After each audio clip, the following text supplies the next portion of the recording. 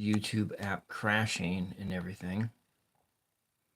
But tonight, I am attempting to transfer this image onto this piece of paper. I took the liberty of tracing it, and then I'm going back over the image with this heavy, this charcoal pencil here in order to rub off the image on the other side onto this piece of 140-pound watercolor paper. And so we're just going to get started here. I just kind of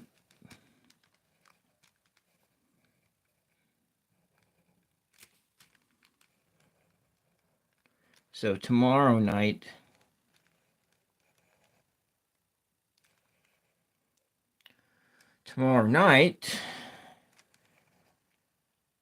hi Mama Sushi, welcome. We're just trying a primitive data transfer, transferring this image. It's going to go on the paper backwards, but for when I do it tomorrow night with Ange, because she wants me to paint a tarot card. And this is one of the ones in my tarot coloring book that is completely blacked out. So what we're doing here is I have this hopes that this works. I saw that you can do this to this is tracing paper. I don't know what these things are. Some kind of a flower that Pamela Coleman Smith invented, but they remind me an awful lot of like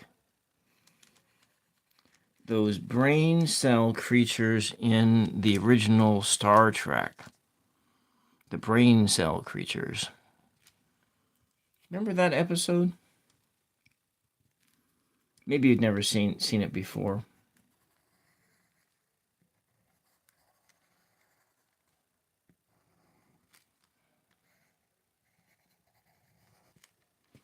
And then this must be some kind of like a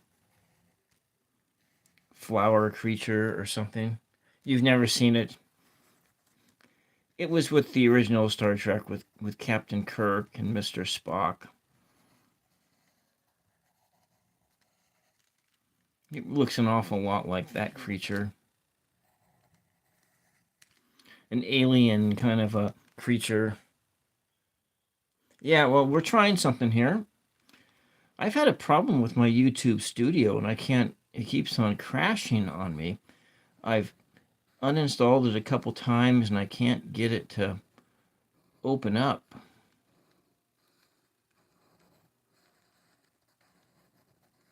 I'm hoping I can get this thing to transfer onto this piece of paper and then we can just do a little, painting away on it and then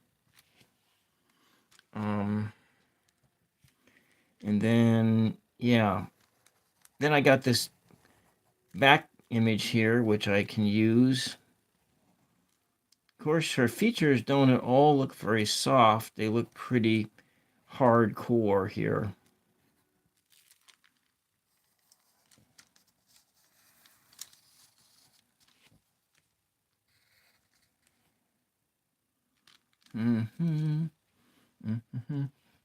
Her throne is sort of... Maybe this is part of her throne.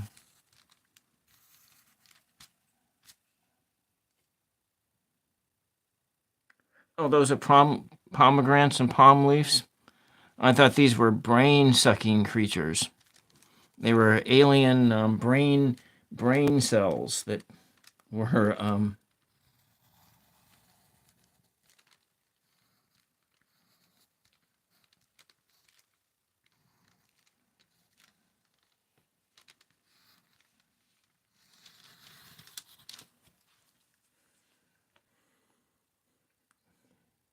palm leaves symbolize the male. Is this the palm leaves here? They symbolize the male organ.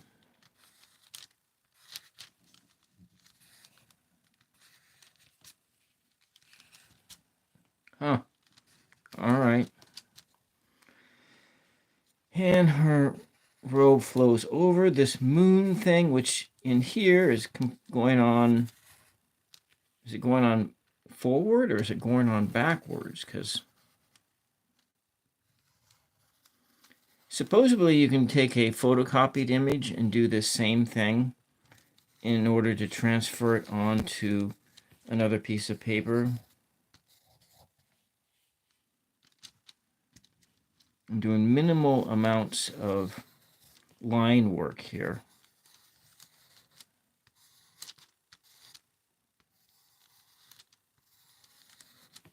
So you kind of go back over the image on the back side in order to push that image in to, it kind of gives you a rough impression. So there should be enough of an impression there that I can then come over it and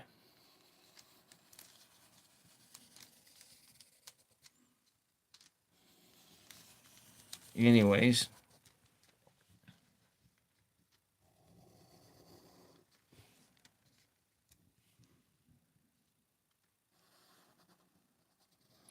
Yeah, it was kind of fun, interesting doing the readings like that. Kind of,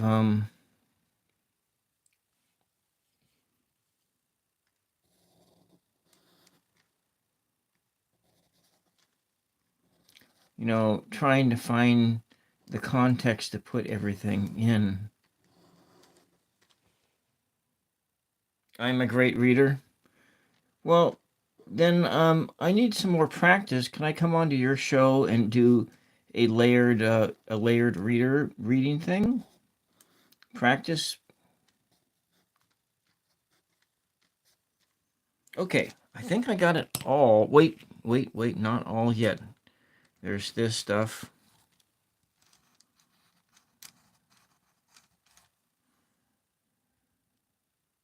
I did, Mama Sushi. I haven't made it yet.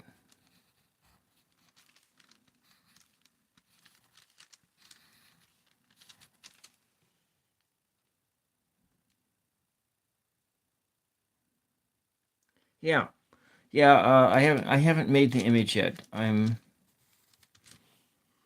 We have.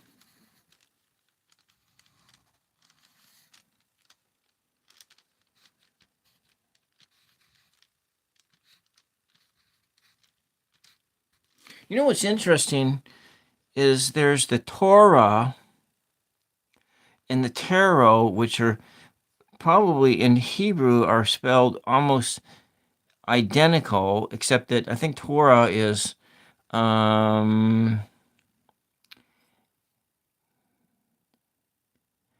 it's just the vowels that are different.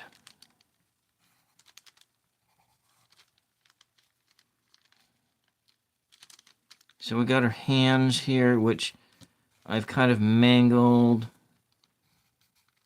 Maybe. All right. Let's see. Let's do the great reveal here. So what we're going to do then is I'm just going to. So here's the watercolor paper. Now let's see, which side did I use?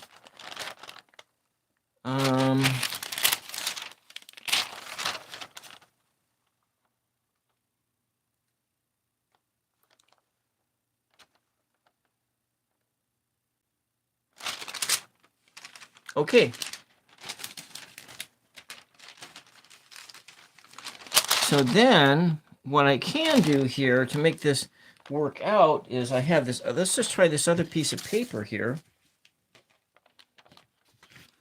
Let's see, which side did I just do? Okay. Now we're just going to reverse this.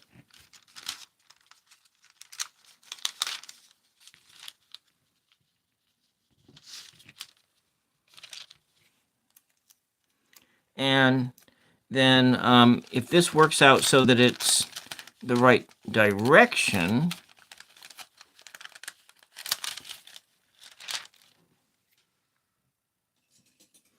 yeah, it makes me want to look and see if I have I think my mother might have an old Bible.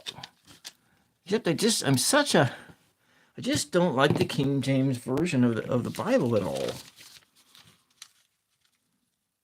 I know it's the first English one, but it has such, to me, it just has such negative connotations in my mind. And I do have a Torah, actually. I have one, it has Hebrew on one side and English on the other side. And then I also have an interlinear Bible, which it has both in Greek and Hebrew.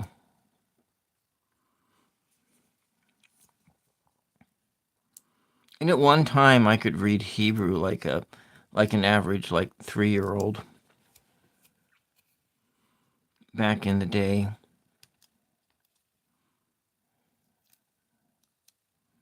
Let's see. Nothing exciting is happening right now, but I think the excitement is going to be happening here.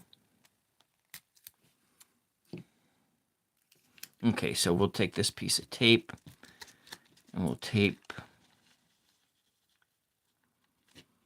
this side down. The good of Moses, huh?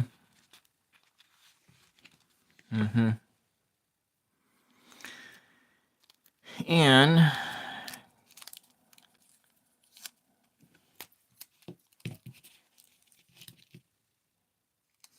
so if you're just joining in or watching on the replay, what we're doing here is transferring an image onto a more heavy-duty piece of paper. So if you wanted to do something like this, do watercolors, or I don't know if you could transfer this to a canvas, but it might work. I think like a smooth surface, maybe clayboard, probably clayboard. But I wouldn't want to waste a piece of clayboard on that, because you might want to run a more smoother. This tape is not very cooperative here. I'm going to put the tape down here. So we're going to tape the image down so it doesn't squirrel around on us. Just using I do have some painter's tape. I could use that. But I took the liberty of tracing this out earlier today. And then I'm taking this, it doesn't, I think you could use any kind of a pencil, but I'm going to be using this charcoal pencil here in order to put, and I'll just trace right over it, and it should lay down the charcoal that I laid on the other side right down onto this surface here. So it's not like a perfect transfer. And the reason I'm doing this is because you cannot, in most home printers, you cannot run paper that is this heavy through it. 80-pound paper is about the maximum weight of paper that you can run through a home printer. And so this is much larger. I think this is like 140-pound paper. And then if I were to do it on watercolor paper, it just wouldn't work. So we are tracing over, and it just should take a few minutes, and then you can see how the image turns out on the other side. It is going to be faint, but that it's going to be enough of an image that you can then go over with whatever you're going to do, color pencil or paint or something like that, you to get a hint of just where your image is. And this is these Star Trekian these brain slugs. This is a brain slug here. It's in the background that represents the male, the, the male thing. The male thing.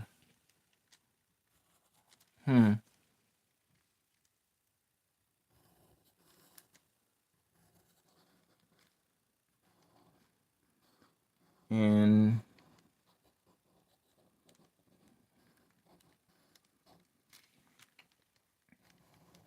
so we're just kind of putting it on here. Good old Moses.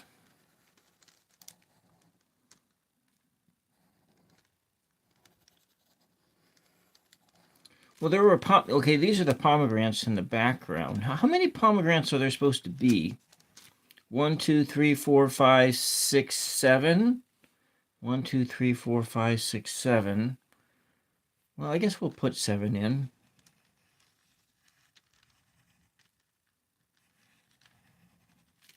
You know what would be interesting to know?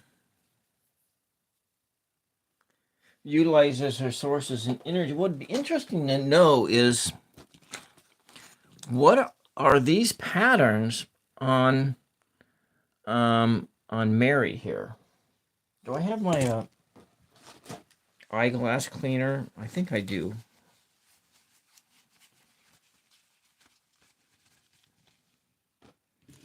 There are these interesting patterns here, and I wonder what those patterns are.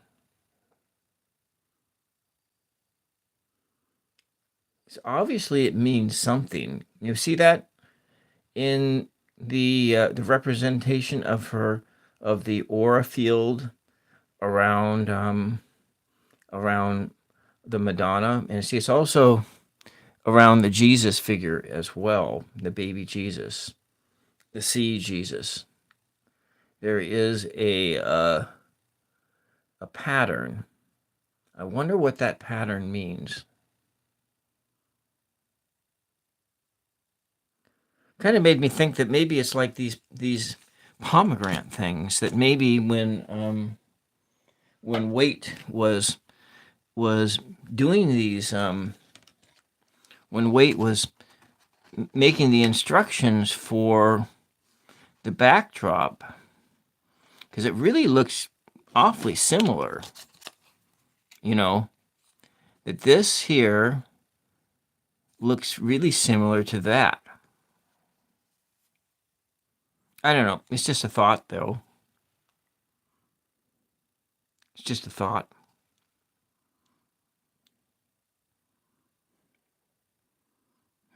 Interesting.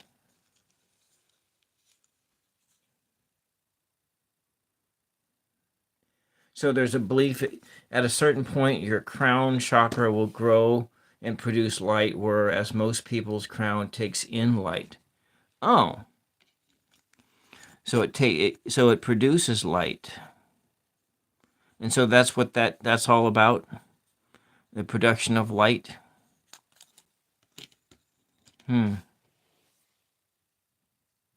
Buddhist tall hair represents. Okay. Let's see. Where did I leave off over here? I did these, I believe. Okay, so we are coming over this.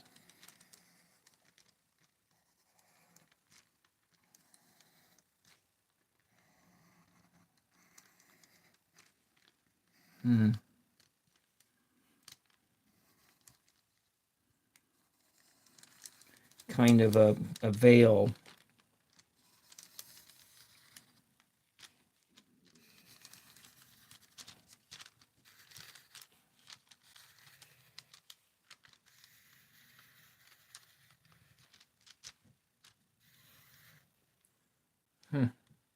Interesting.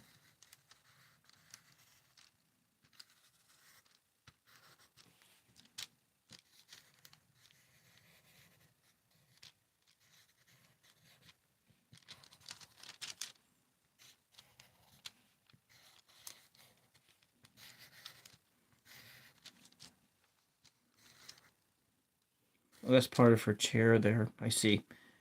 And on the other side, you can't see it.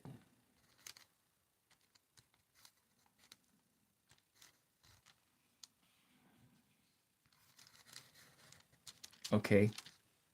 All right. All right. So it's 1, 2, 3, 4, 5. And we have 6 and 7. So let's just finish these pillars here.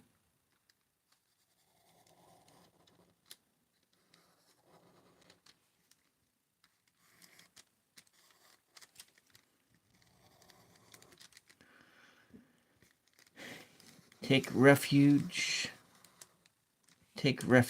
from the world, because the world outside is full of chaos and darkness.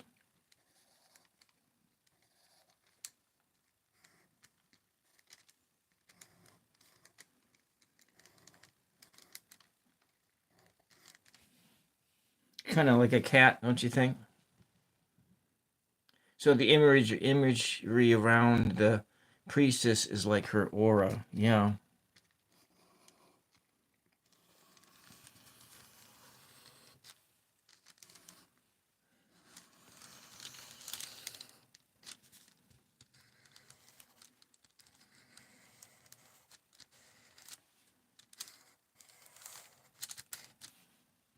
Okay.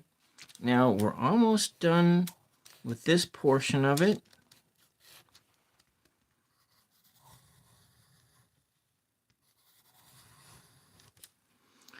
Yeah, I seem to have not gotten very much exercise this year. Did I do this one over here?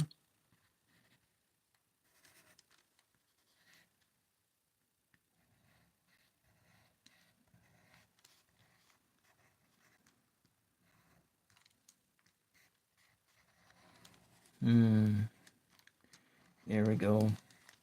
Just kind of drawing over it just to make sure we get that pigment rubbed off onto the other side. And then we have another one. 1, 2, 3, 4, 5. And it is... Oh, it's not going to rub down there. So we're going to just take this off. And we'll add it in onto the other side. We'll see that if it works here.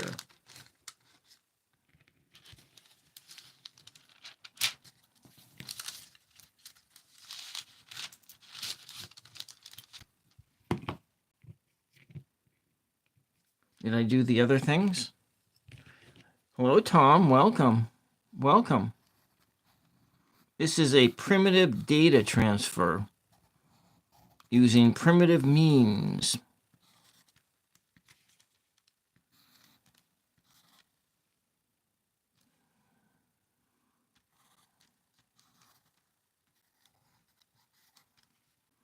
And she's got this thing here with a scroll.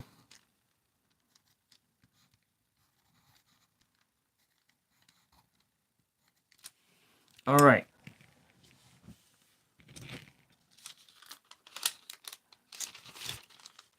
For now, for the big reveal. And, okay. Not quite. We need to put the, I guess maybe the face didn't go down.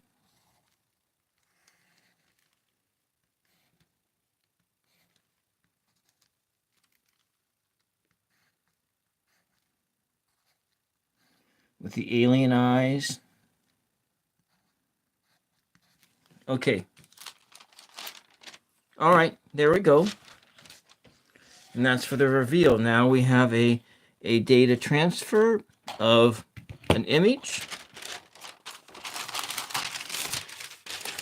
So for tomorrow night, this is the one we're going to paint. But for now, we're going to just practice.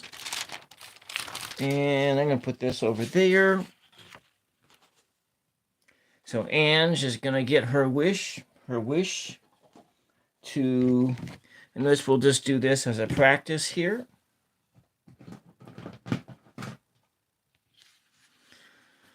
This is that tarot ask backwards one. All right, let's get into it.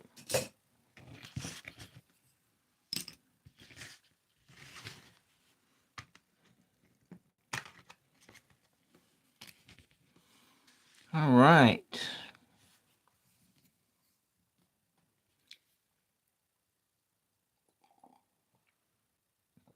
Well, I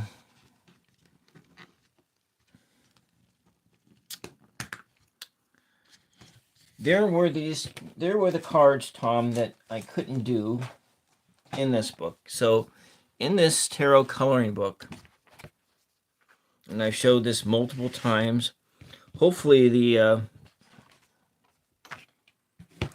and how this error got past the copy editors, I'll never guess, never understand. But there was an error that was made in the production of this book, because you know the writer weight, the original writer weight is off copyright, so you can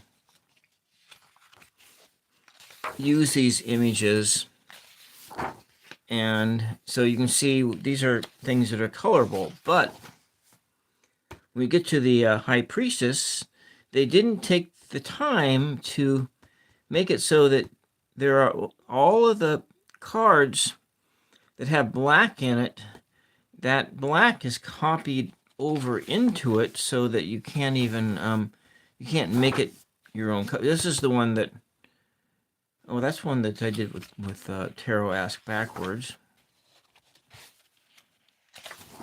And so if we look at the Devil card, or even like the Death card, so all this black space. Well, what if I don't want that color to be black? Why does it have to be black? And the Devil here, what if I don't think that space should be black? I would like it to be a different color. The Tower, all that black. Why is it all black like that? And here's the one that Roots and Waves and I did 2 weeks ago. And this one, actually, look how well this stands out. That moon face, and how, yeah, and so forth. You know, so that thing is just repeated throughout this whole book.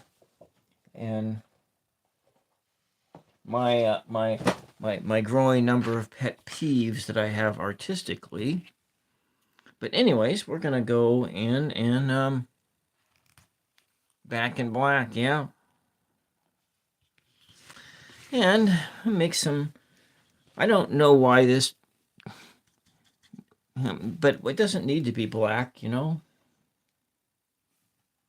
All right, let's go in and do some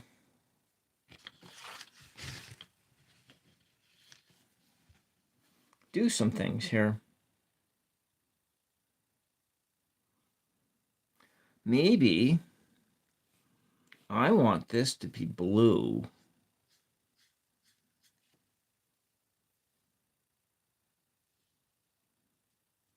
Yeah, so we're gonna do that.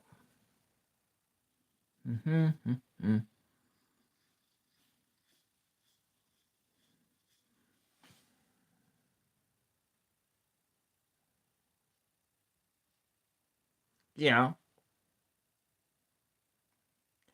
as Ozzy, yeah. So is that for reals that Black Sabbath is on they're touring again for the last time? Because I saw them like on what was supposed to be their last world tour.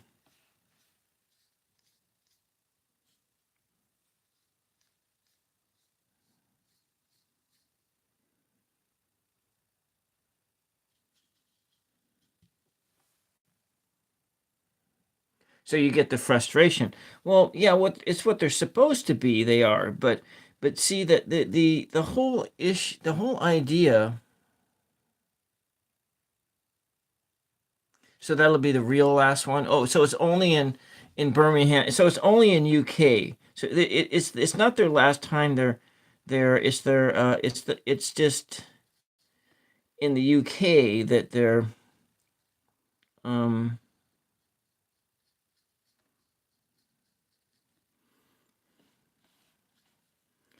well, if you read in this lady's yeah, in where it all began. Yeah, so if you read this lady's introduction on this book, it says it's using you're coloring the tarot as just a means to um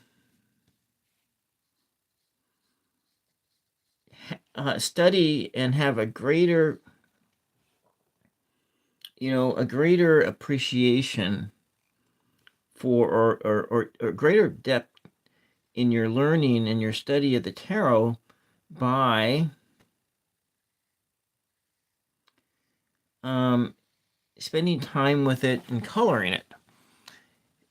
And to me, that suggests that you should have free reign to color it any way you want to and have an understanding of what those colors mean.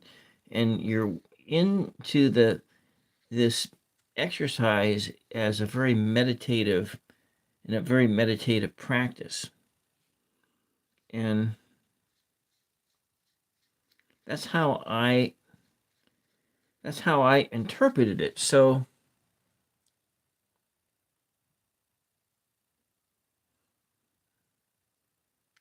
yeah, so they were be lazy and they didn't want to fix any of the art. Well, because to fix the art means you'd have to go in and do things manually, and that author has quite a few books out there,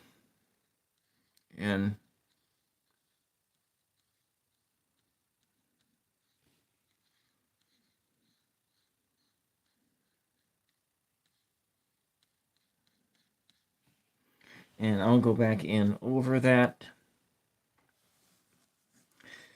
But we can, once it dries, Tom, I can go over this with a darker color.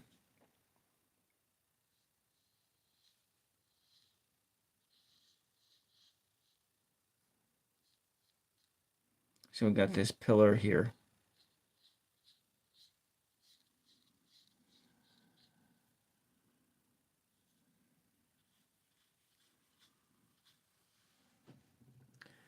Villa Park.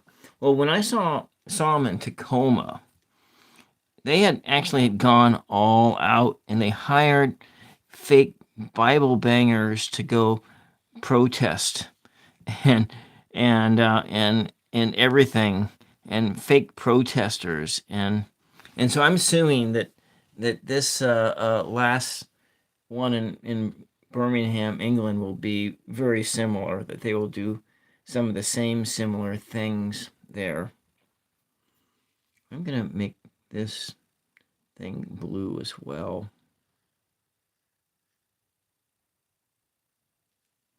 And there. Yeah. But you're right. They are old, and Tommy Iommi has gone through cancer, and that's kind of one of the things. I'm gonna make this other one like a really light blue. We'll just go into this white here. I'm gonna add that into here and lighten it down a bit.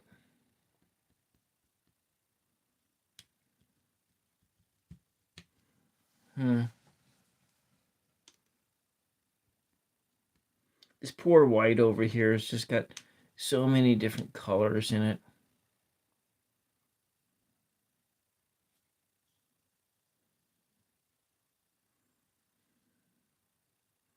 It's just a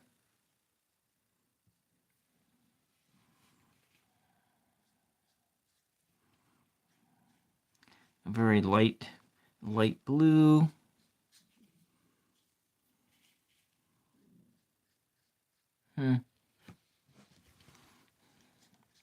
I remember when I first listened to Black Sabbath, and it was um, very first time I heard Black Sabbath. For the most part, it was my senior year in high school.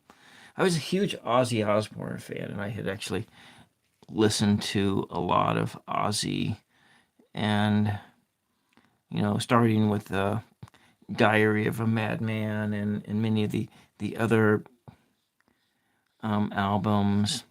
I don't really feel when I was like looking back that his like Bark at the Moon and then these other ones, they actually weren't all that great. The Diary of a Madman, and then that one that he did with Randy Rhoads, were that live with I can't remember the name of that one. It was the very first one with Randy Rhoads, and Diary of a Madman was the second one, and the first his first solo album there, and his second one were, I think, his best pieces of work as a solo artist. But anyways, and they had did a live album where they went back and they did a lot of the Black Sabbath songs, but it was done in Ozzy as in a solo band, and they were really a lot heavier than the original Black Sabbath songs. But so anyway, I was like a senior in high school, and I had a Walkman, with a cassette tape one, and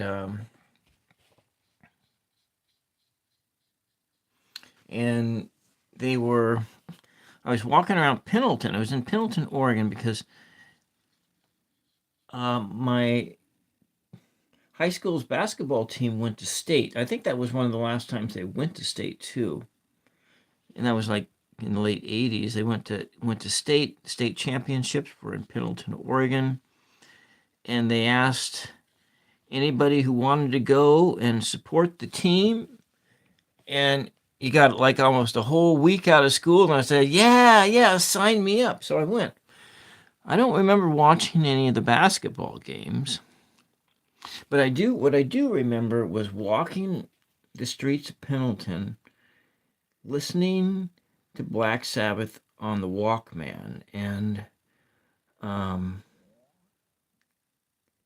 and at that point in time, I was really awed by it because it was, so it was like my first real time listening to Black Sabbath.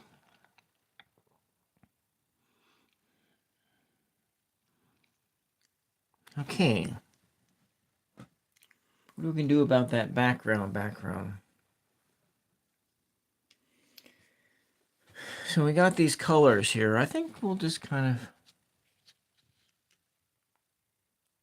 It is Chris Topaz, but it was actually a.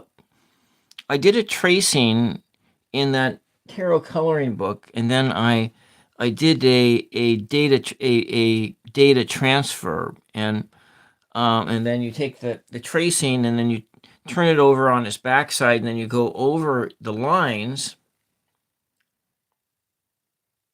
Yeah, Mama Sushi, it was nice, and it was like, yeah, it was like we left on a Monday and we came back on a Saturday. Yeah, it was like a whole week.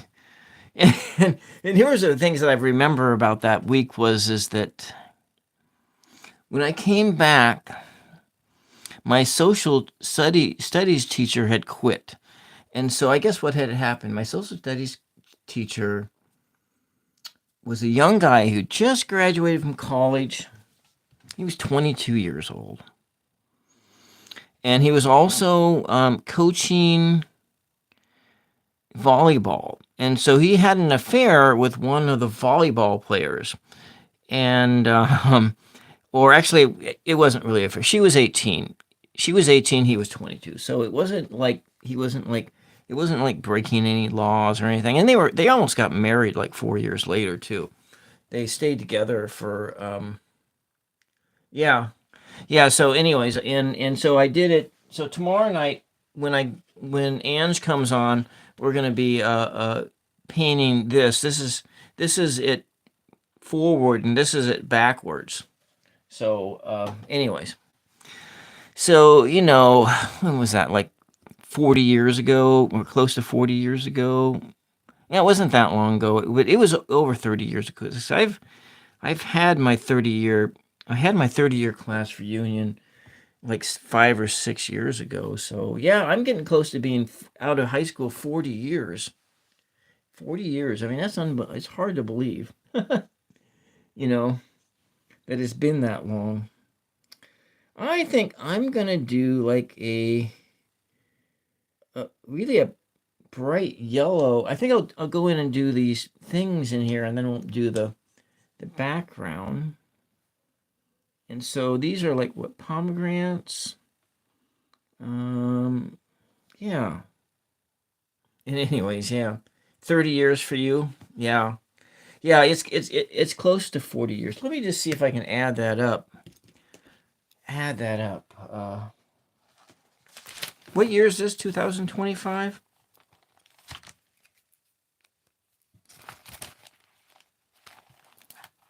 2025 minus 19.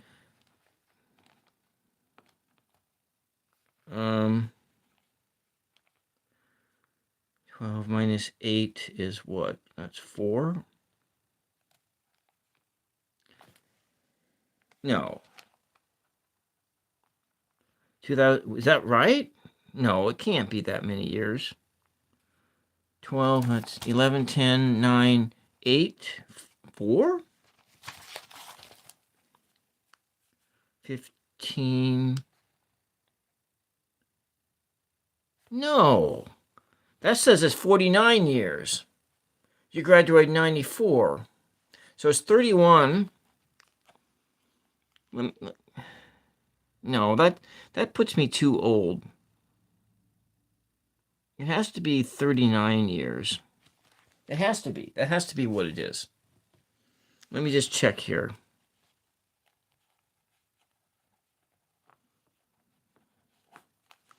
Nine plus 6 is what? What's 9 plus 6? 9 plus 6? What's 9 plus 6? 9, okay, that's 10, 11, 9, 10, 11, 12, 13, 14, 15. Okay, that's 5.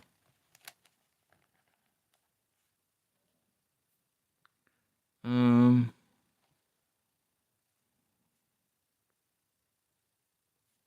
10. Yeah, it's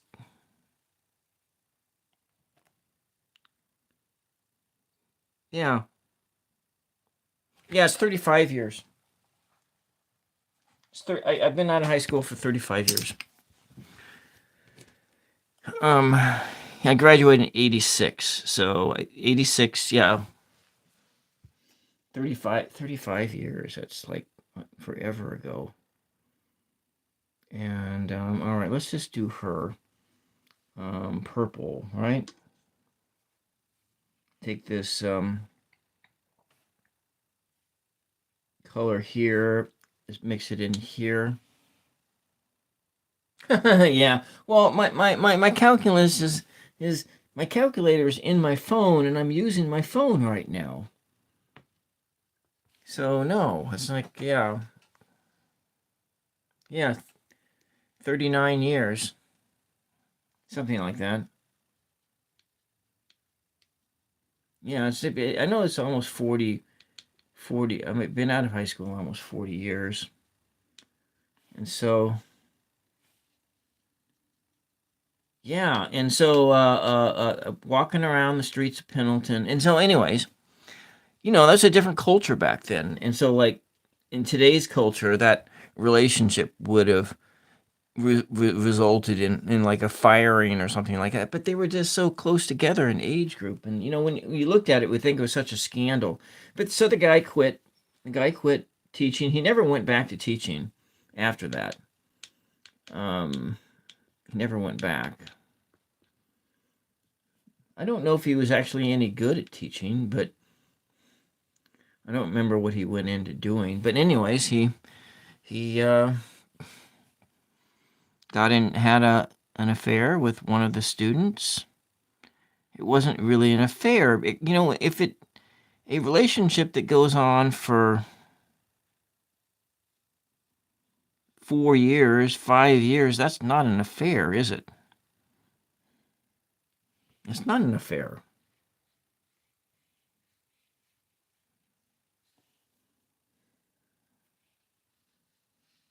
In my book, that's not an affair. That's an actual legitimate relationship between a person who's 18 and 22. And how often in the past, I mean, my mother had knew people that were teachers married students. That happened all the time. Hmm. Yeah, no wonder why people want to do this great big reset in this country. So many people remember the glory days of the past. But that there is all that pendulum, the whole big old pendulum that swings and swings around. The pendulum of social behaviors and whatnot.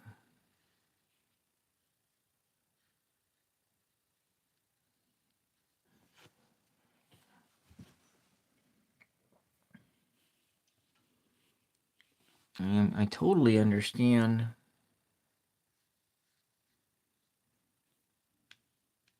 Because I don't know.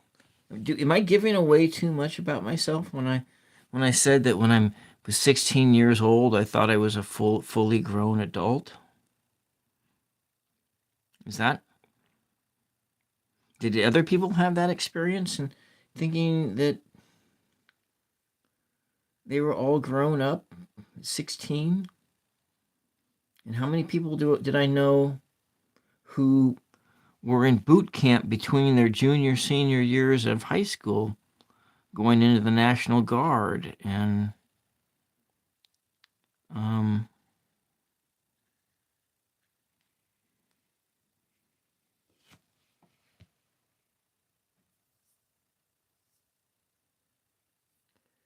hmm. I have becoming something else. However, you have been becoming sense, right? What do you mean? I don't understand what you said, Chris. I'm older, but so when I look back on kids these days, they just look like children, and I see these things, but I do remember how I felt back then, and I'm gonna kind of just run this over here, you know, over that her cross on her. A 16-year-old looks like a kid, and so does a 22-year-old. A 22-year-old just seems like a child. And but when I'm looking back on that, when I was at that time, it didn't seem like there was that big of a um whatever, I don't know.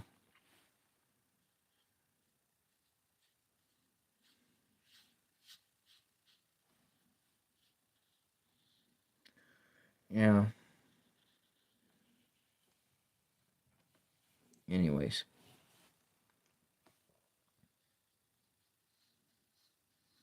we have this.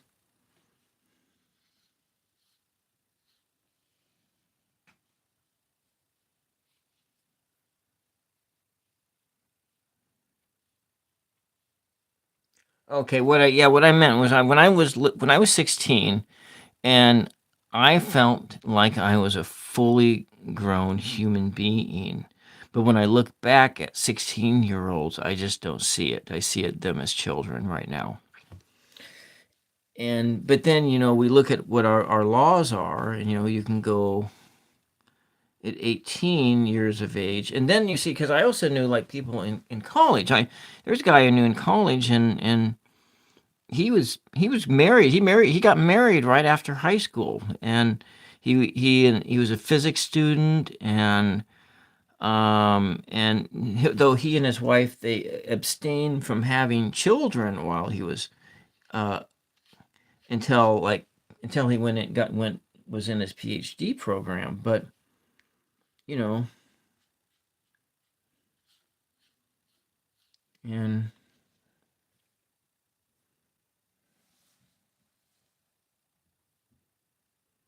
open expression, yeah, yeah. I don't know. It's hard to say.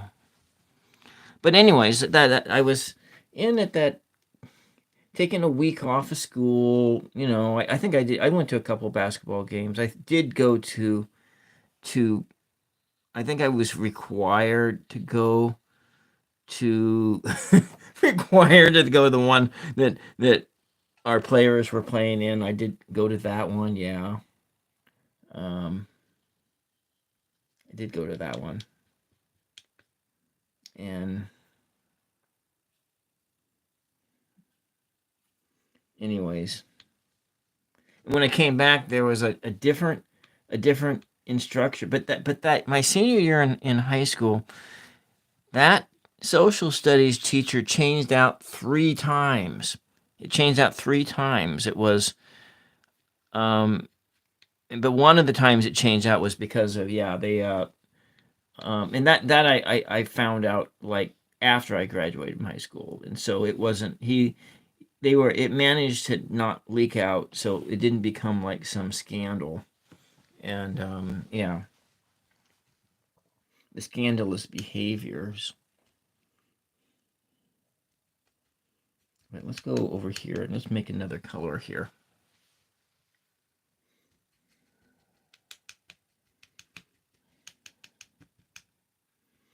I want to mix it with this red here. Yeah, that was the red I used. And here he goes.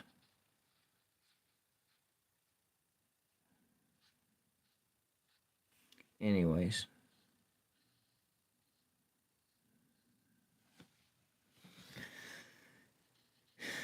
So one of my friends, he went off into the National Guard at 17. He was a career military guy. He was like my career military. And that was kind of an interesting relationship because his father, he was an adopted, and then his father, I also hung out with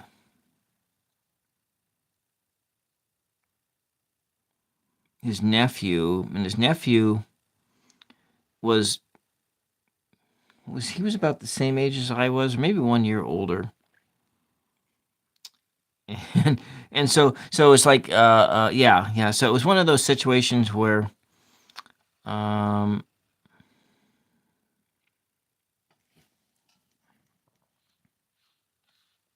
anyways, where was I? We got some hands in here, and I'm thinking about what color to use for that.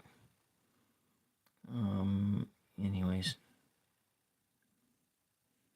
I feel really quiet right now, really quiet in my head, and I think I'm gonna go over. Let's try something different here. We'll come back to this.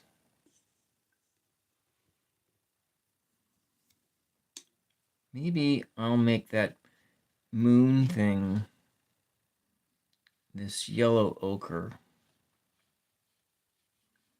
For part of the day today, I didn't have any electricity. But then, I went on the More Intuitive Me's channel, and I did card readings for the very first time of tarot, but I did a with also some of my my oracle cards, the ones that I've made, and I did a little bit of bibliomancy. So I was going into.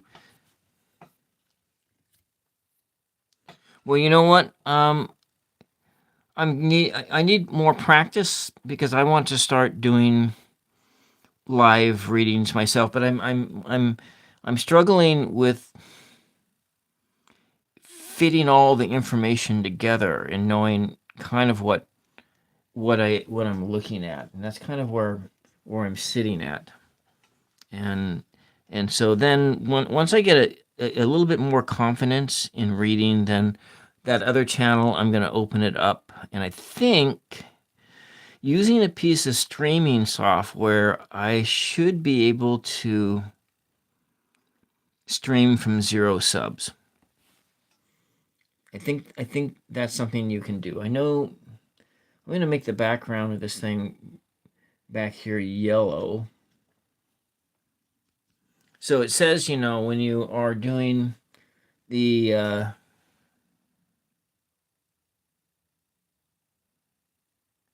oh, I don't know. I don't. You're fine. I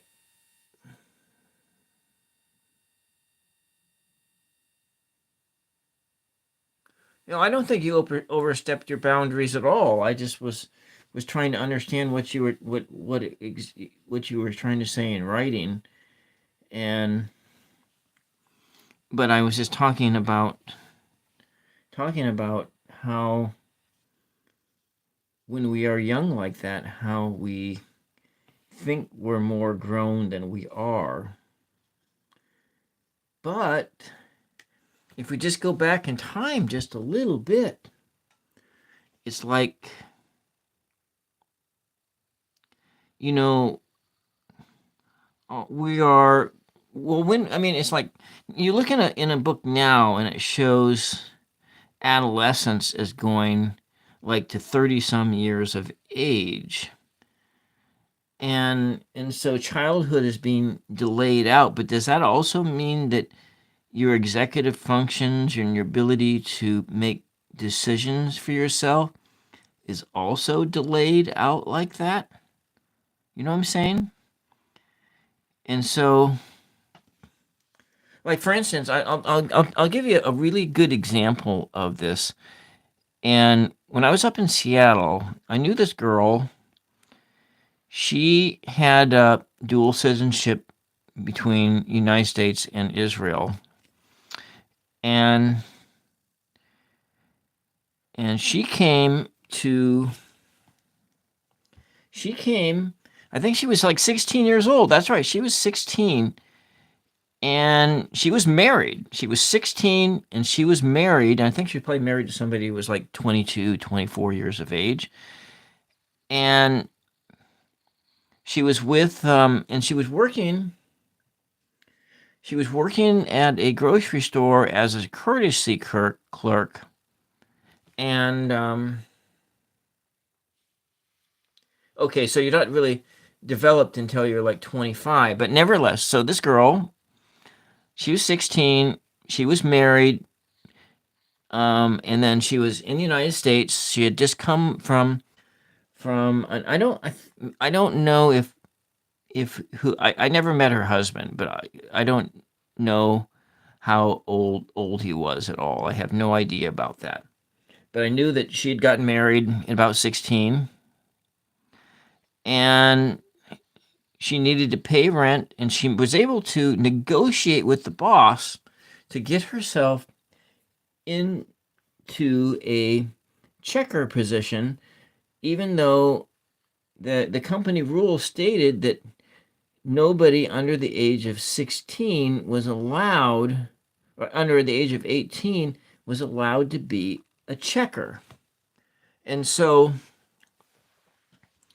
she was working as a checker, and because she needed more money in order to pay rent and do these things. And so this was an individual who was far more mature than other young ladies in her age group.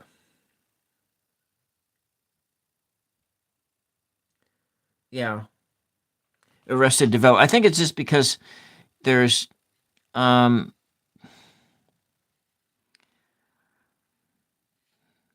well, like for me, I started working when I was like a pre-teenager, but I grew up in a family business, and there was the work to be had, and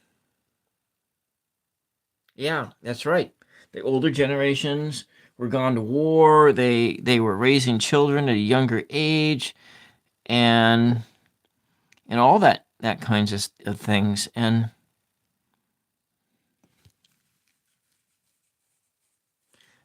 yeah, makes lives easier. And then there's so much time is spent on the screen. Because when I was growing up, there wasn't an internet. I'm sure it existed somewhere, but there wasn't. And I didn't first hear of the internet until I was like halfway through college. But and when I first learned on computers, they were like TSR 80s, or there was like at Schmeketa, it was a mainframe computer on a computer terminal, and everything was, you know, it was just different. And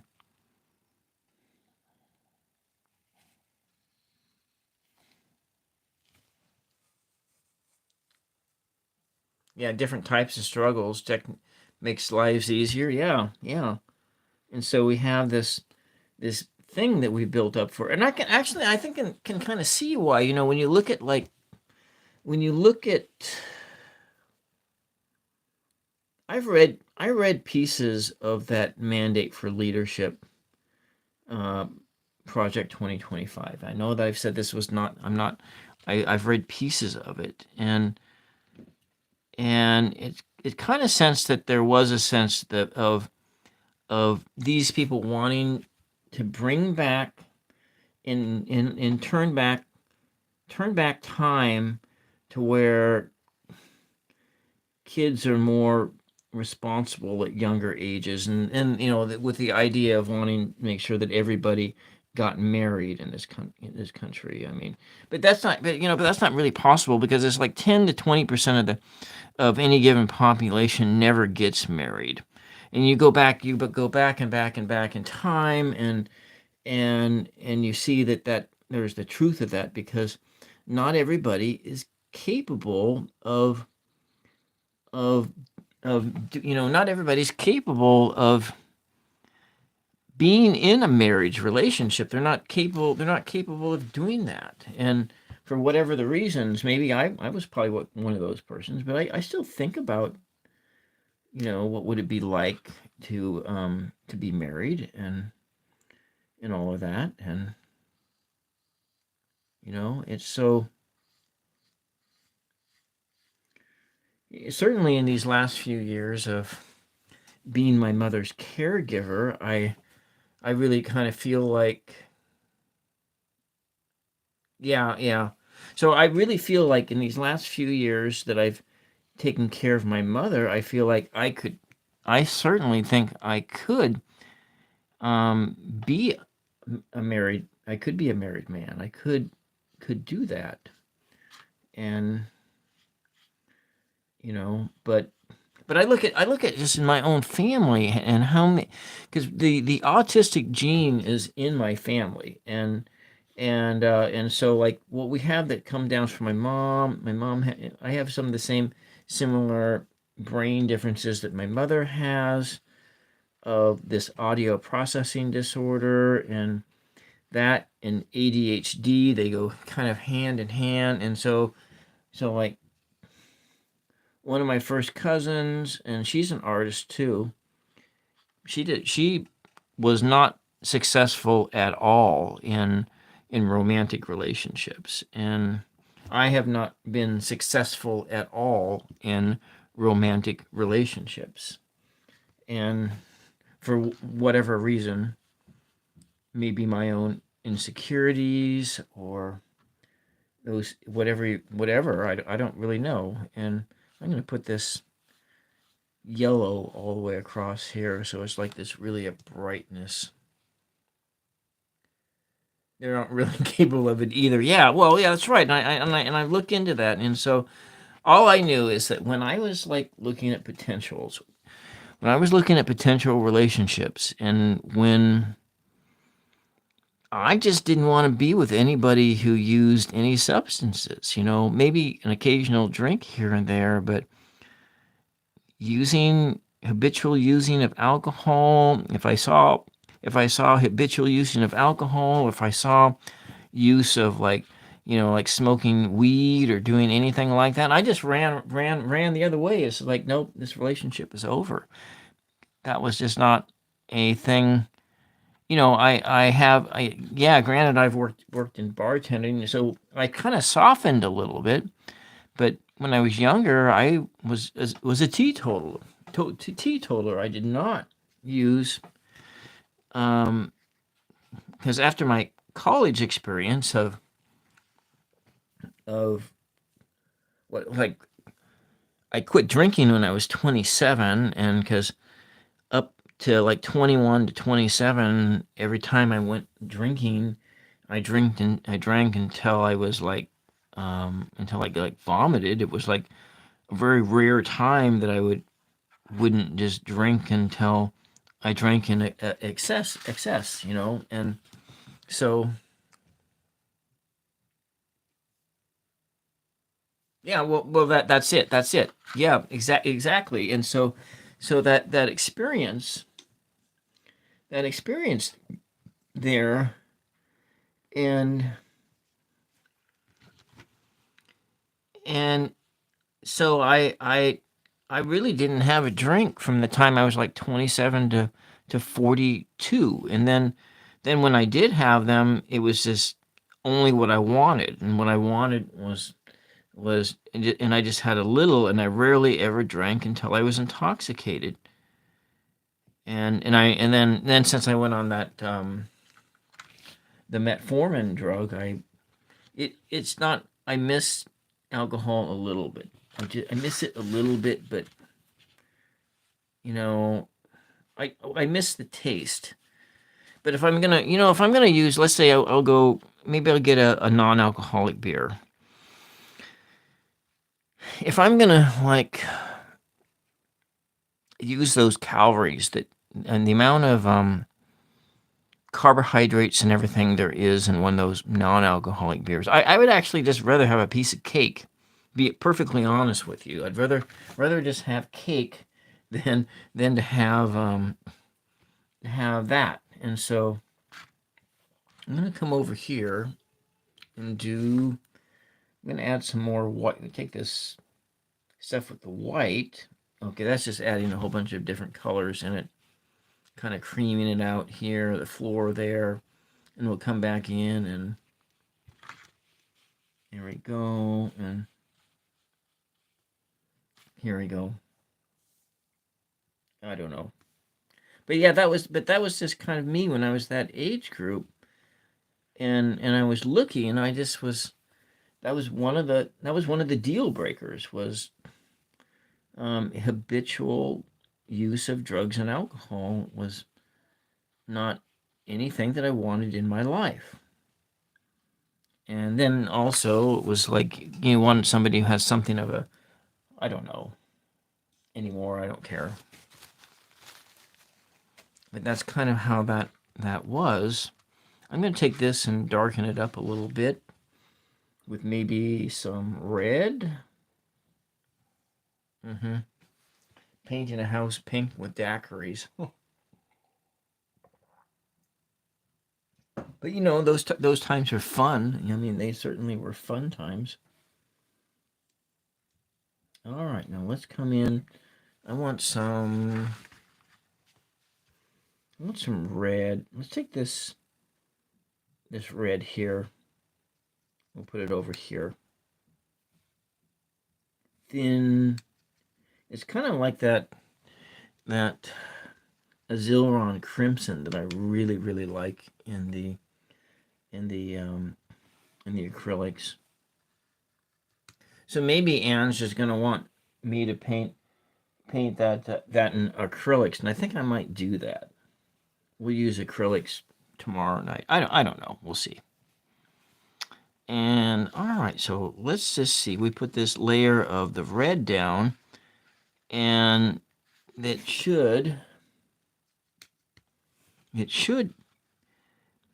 change that color, the depth of the color, right on top of it, and do exactly what I want it to do. But yeah.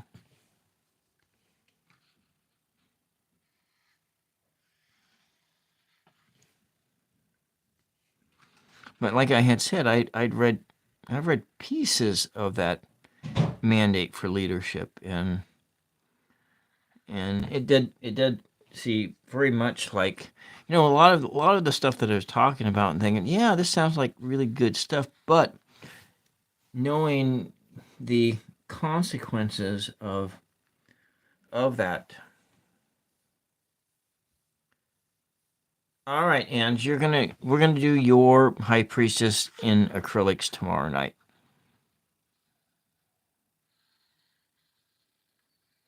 We'll use the whole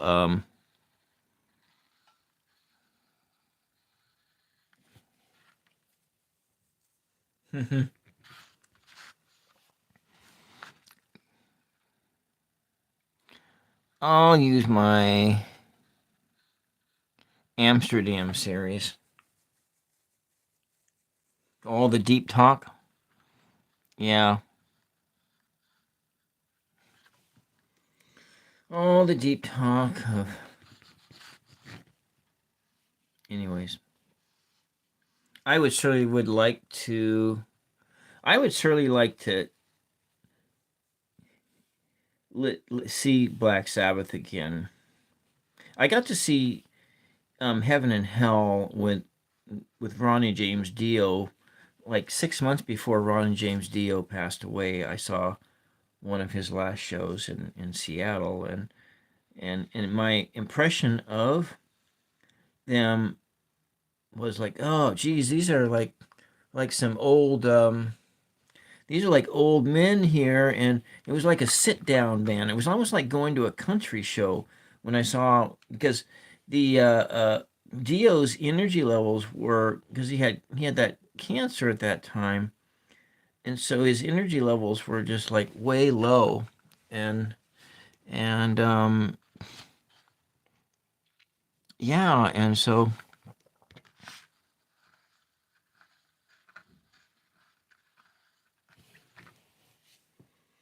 yeah, I've seen a lot.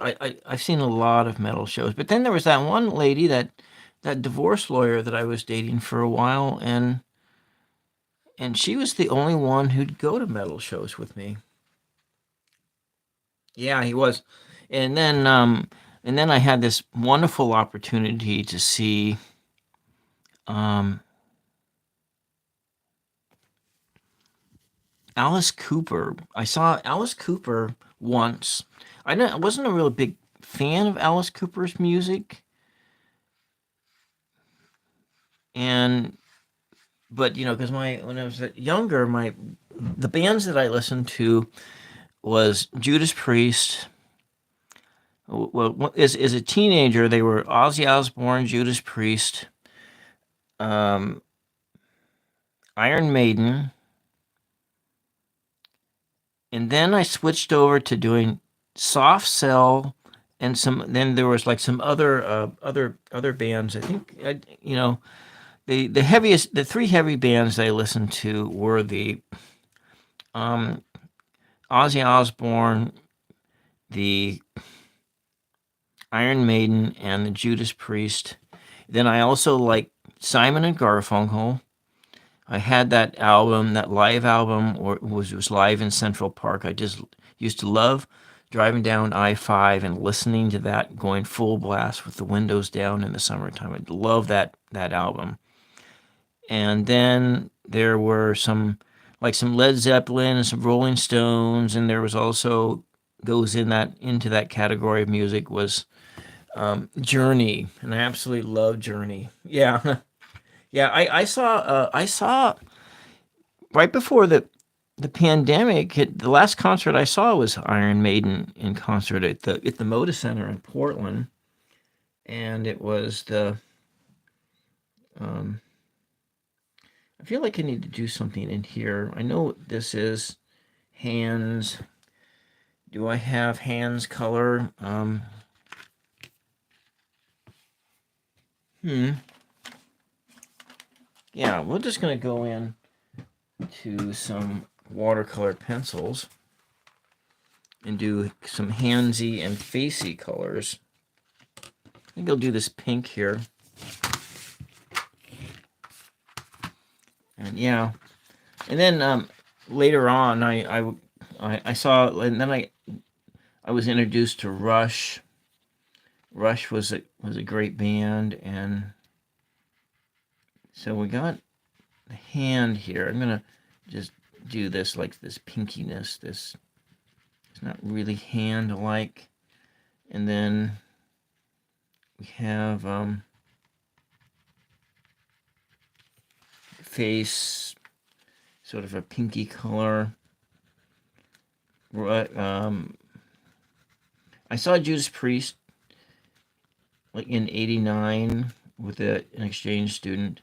It was Judas Priest, and then another one. It was Van Hagar. That was another band. I wanted to see Van Halen, but with David Lee Roth. But by the time that I went to go see him, it wasn't with David Lee Roth anymore. It was with Sammy Hagar.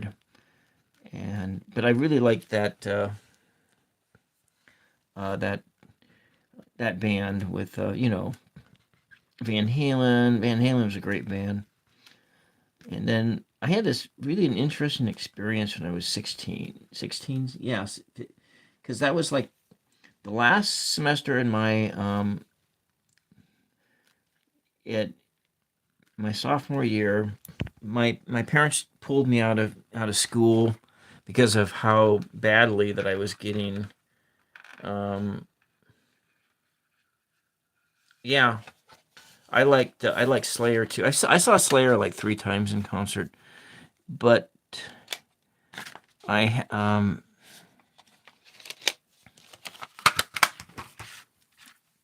Slayer, yeah, 3 times. I liked Neurosis better. I still like Neurosis. There's another band I like is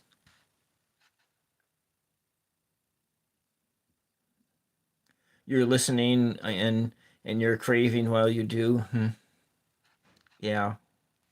Yeah, but so the last concert I saw was in 2019, October 2019, and I saw Iron Maiden, and then the one before that was Coldplay. And as I get older, I'm really kind of liking more easier to listen to music. And then a lot of paintings, a lot of my paintings were done to Nightwish. I like Nightwish, so that gothic metal stuff. I still like that gothic metal stuff. And I go listen to Nausea.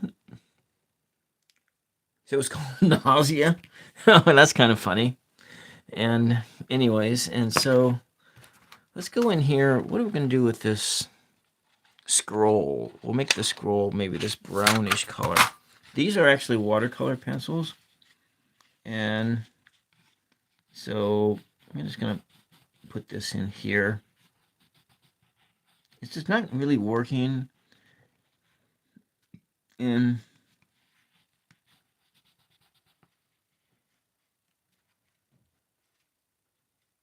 sluggy metal, zodiac stones, layered.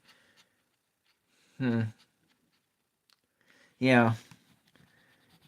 You know what? The most unusual band I ever seen was Hank Williams 3, and I saw them at the Showbox in Seattle when I lived up in Seattle, and so up in the Showbox. And Hank 3, it was because I liked Hank Williams Sr. I didn't like Hank Williams Jr. music. I loved going and singing karaoke and singing Hank Williams Sr.'s tenor was the exact same as my tenor. So it was like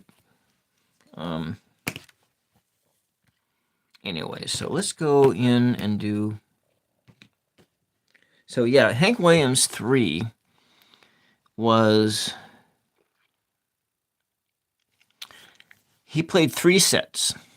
His first set was that, like, they call it the new country. I can't remember what was it called. It was like this style. It was like a cross between his grandfather, Hank Williams Sr., and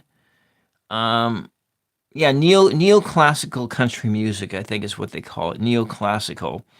It was kind of like a cross between what his grandfather, Hank Williams Sr., did, and and the and Johnny Cash. And then he played. Then his next set was the fusion of country and punk. Then his third set was thrash metal. Now I found the whole experience just absolutely wonderful. However, I would never consider listening to any of his music because it really wasn't anything that I was into at all. Between the thrash metal, maybe the rebranding of his grandfather's music, maybe it was okay. It was a great show, but beyond that, it was just that. And okay, so yeah, his preferred music, was thrash metal. That was his preferred music. And so oftentimes when I'm painting, I'll listen to Nightwish or I will listen to shoegazer, dream pop music. It makes for really good painting music, or something that can get you into like a zone out, kind of a zone out state. That's mainly what I'm looking for. Something that I can just go into myself and into some kind of I can, like almost like a trance-like state.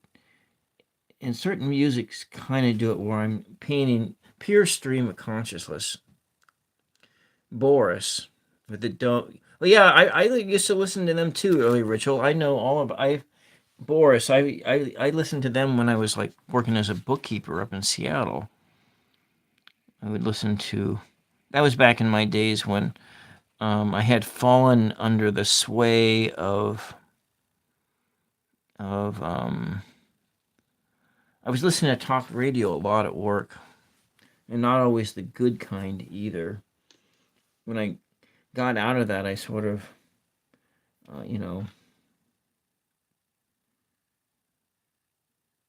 those talking points on the right haven't changed any.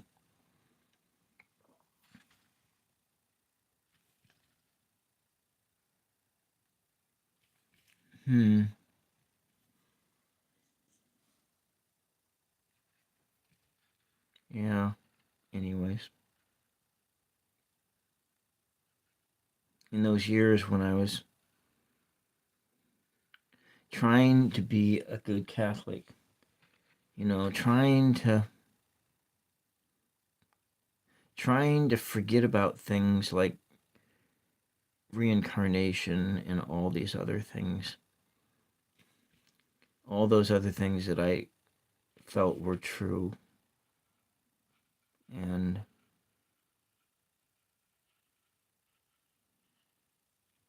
in that regards, I'm kind of like but I still, I don't know. I don't know anything anymore.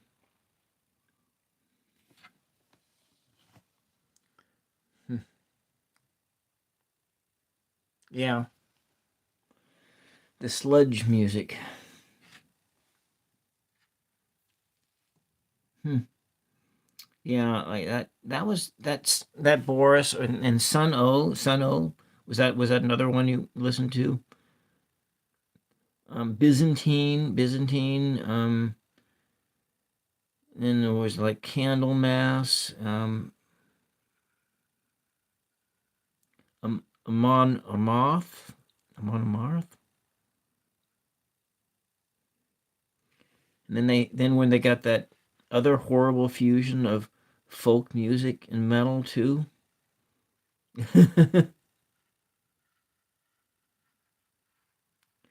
This doesn't look like anything like the picture. Yeah, Sano. Yeah. Then what was that other band that was? Um, there was another one. There was a lot of I have them all on an MP3. All these things I can't really listen to them anymore because I'm just in a different place. But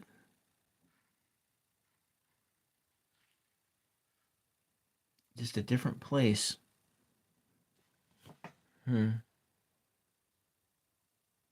Jezu is great. Hmm. Yeah. And then I used to. I did mention that. Did I mention that I used to sing in a gospel choir? I was singing in a gospel choir a long time ago, and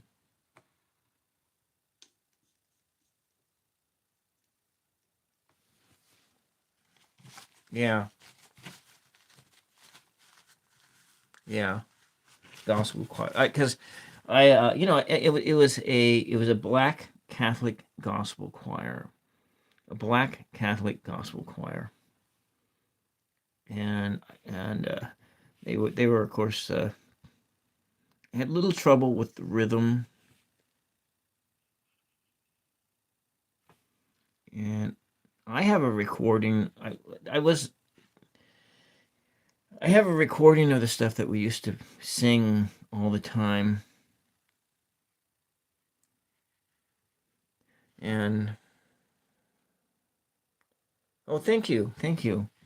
Yeah, I'm just sort of zoning out, kind of reminiscent. I'm just sort of like, all that nostalgia stuff, for the way things were.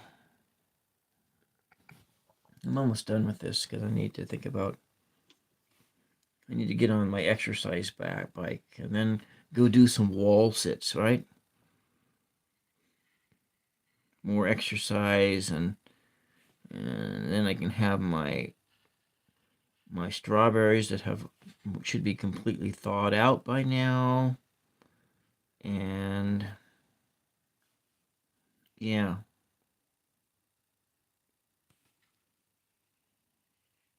and I need to do some just. You have returned for a moment. Yeah, yeah. Wow, you guys are awesome. And yeah.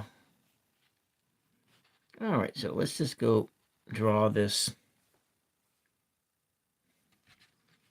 other pomegranate here. We'll put it in over here. One over here. Sun O. Yeah. Well, I've worked on trying to make this.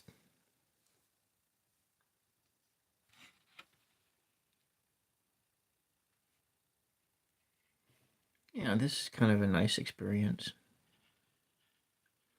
But reading for the first time, well, it wasn't the first time. It was like the third time that I read publicly because I read on Tarot Your Ways channel twice, but not. I didn't use any tarot. I just used my crossword. You want to do poetry? Well, Mama Sushi, I was thinking about trying to see if it would be possible to do a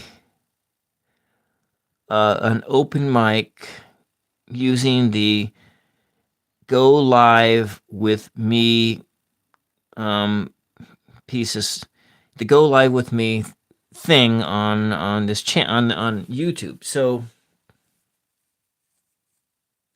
So what could be done is that you use that go live function, and because you can actually pull other people in after other people log out. So you can have people come on one at a time, and so I can have it open up that way.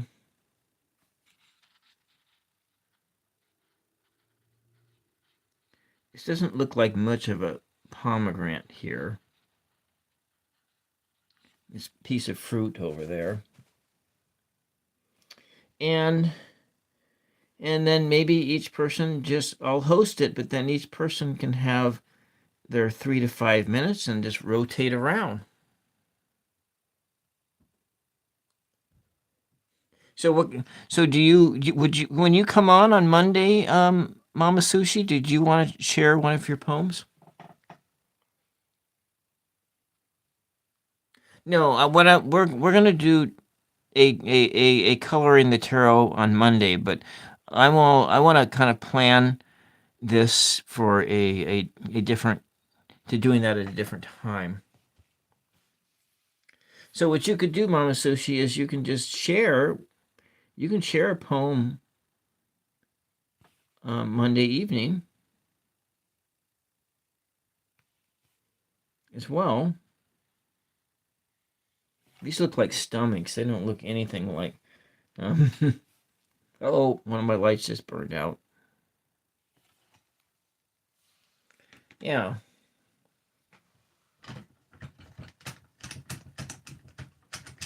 Yep, this light lasts exactly 90 minutes.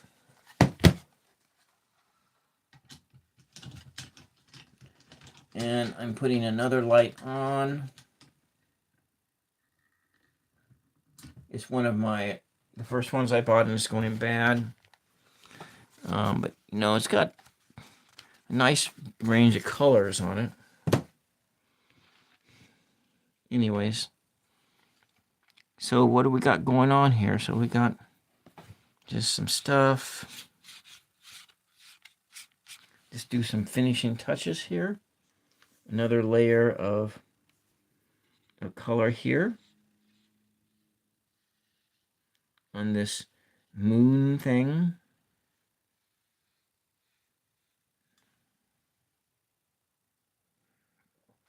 All right. And there we go.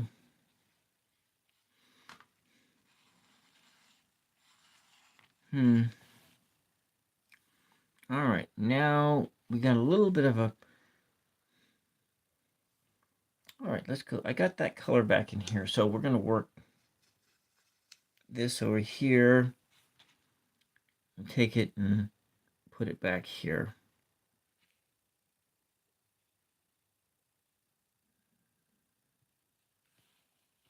And there we are. I want to use the color up though, so kind of put that on, the color on the edge there, and bring out some just the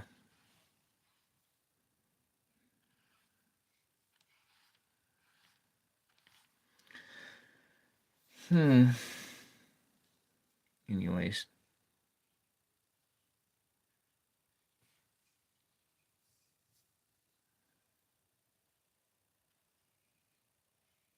Just some little details.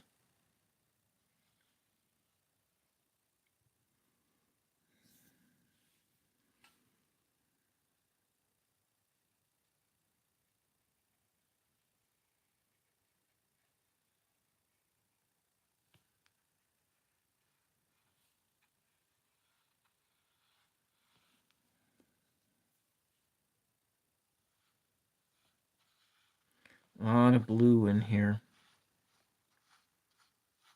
A lot of blue.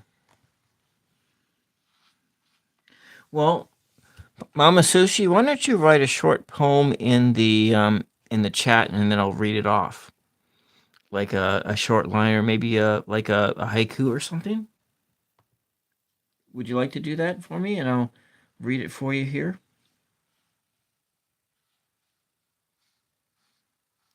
robe that's kind of flowing over and over, coming down here and flowing over.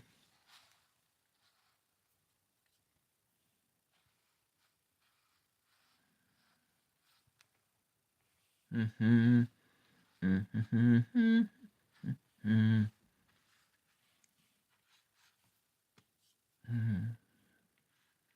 Oh yeah, there's a lot of details I need to finish here.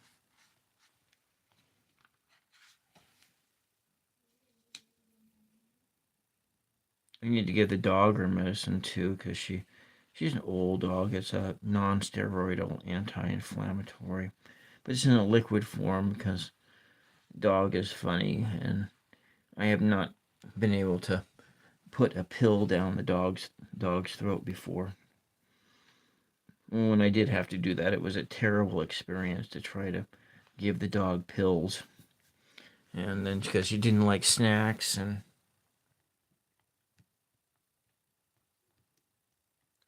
I will show you that I am right beyond a doubt. I am right. Everyone else may be the illusion, and so I will show them, prove it to them at all cost. I will show you that I'm right. Beyond a doubt, I am right. Everyone else may be the illusion, and so I will show them, prove it to them at all costs. A poem by Mama Sushi. But if I must prove, I must hurt.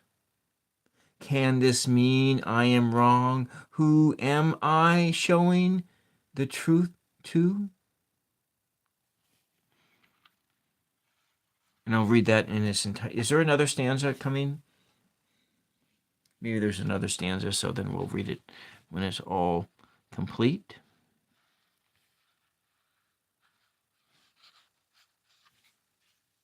Blend these colors in together here.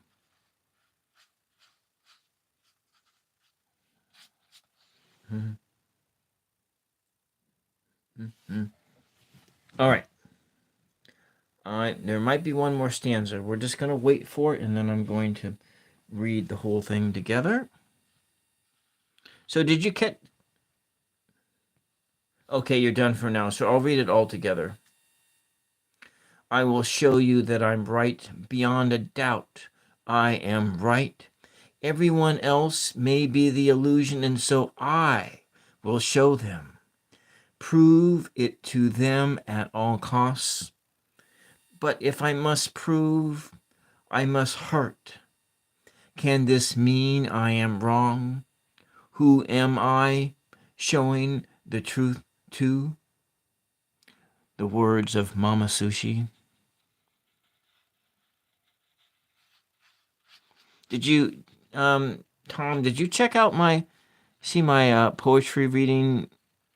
Was it yesterday afternoon? Yeah, I think that was yesterday afternoon. Yeah. I might read one of those. All right, so what we got is the cross, which is all white. See if I can do that on this background. It's not turning out very well.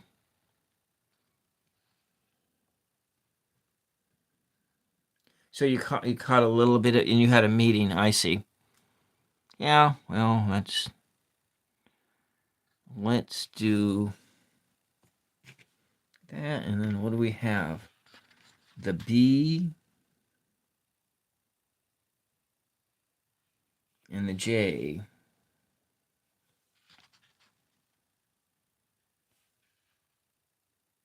On the columns, the B and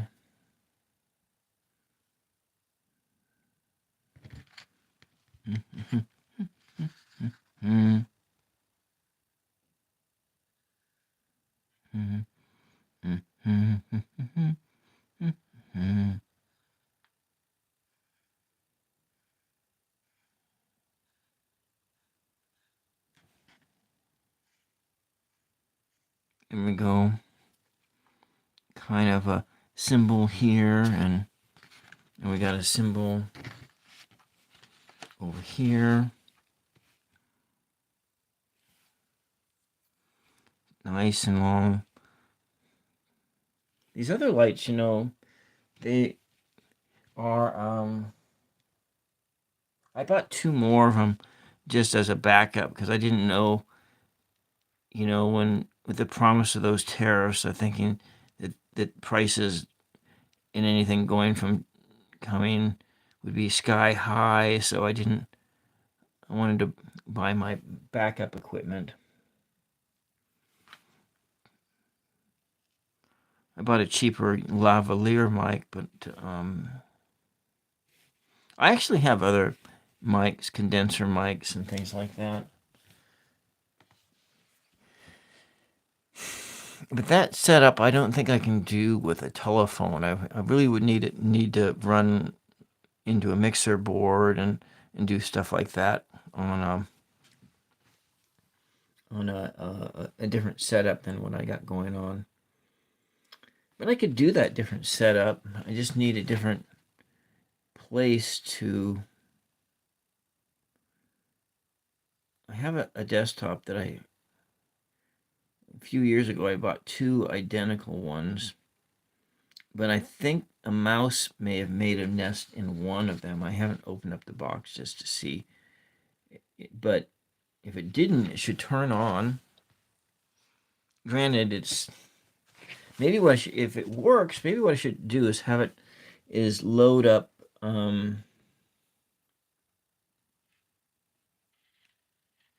Linux on it.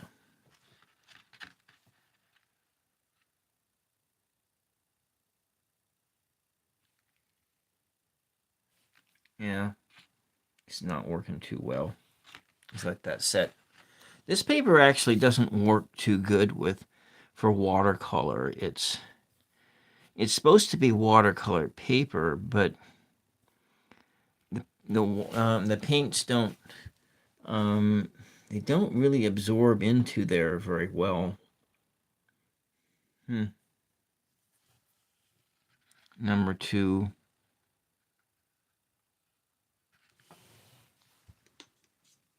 And what are we gonna do?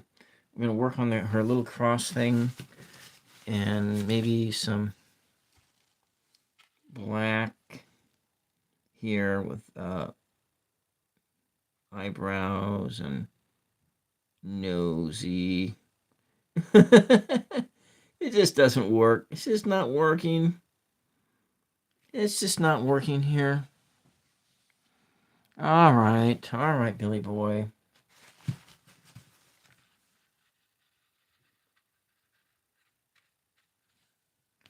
And here we go. So we got this. This is her scroll for the Torah sitting here, but it's just not working very well. Anyways, I think we're done for the night. It's a try. It's a try. We tried.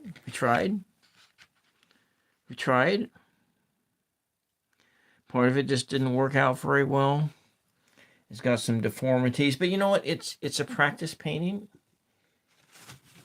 And this is like the second time I've gone out live today, but only once on my channel. We had some good conversations. And put this back.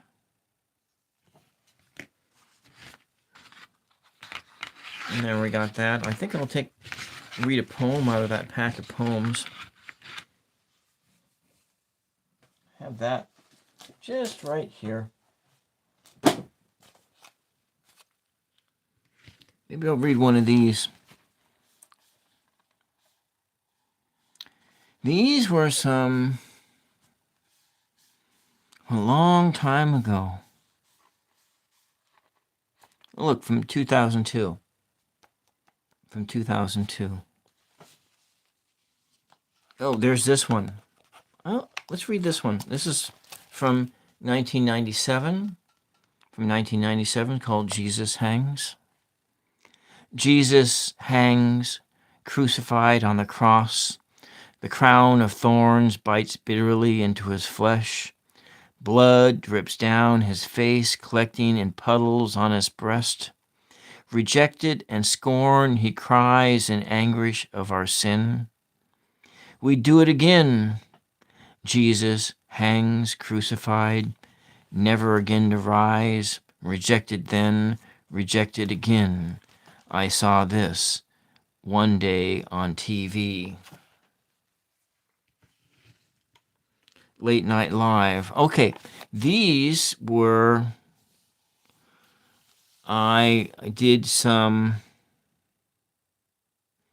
I went into the Bible and I rewrote some of the Songs of Solomon. This was in 2002. Love desires. Let her kiss me, most beautiful among women, all over my body with kisses from her mouth. Being in your loving embrace is more delightful than sipping fine wine under Zion's evening sky.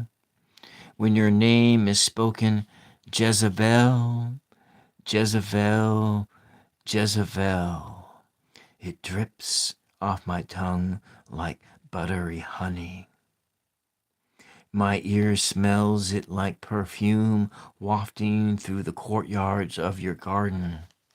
This is why all the young men want you, desire you, Jezebel, Jezebel, Jezebel.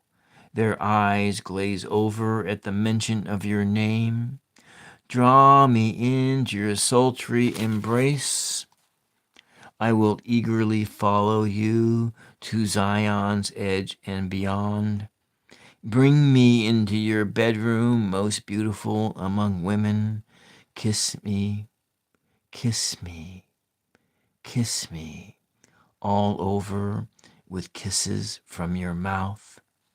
Jezebel, Jezebel. Who is this coming up from the desert, leaning so sensuously upon her lover? Under the apple tree I awakened you. It was there under that tree that your mother and father conceived you. It was there under that tree in the warmth of the spring sun that your parents first consummated and copulated their wedding vows. Okay, one more. Discovery. Where has your lover gone, most beautiful among women? Where has your lover gone, that we may seek you without him? My lover has gone down to his garden, to rest in beds of spice, to browse through the garden, admiring spring lilies.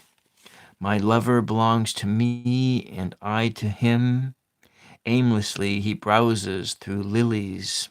Well, anyway, some poetry from retranslations from the Bible.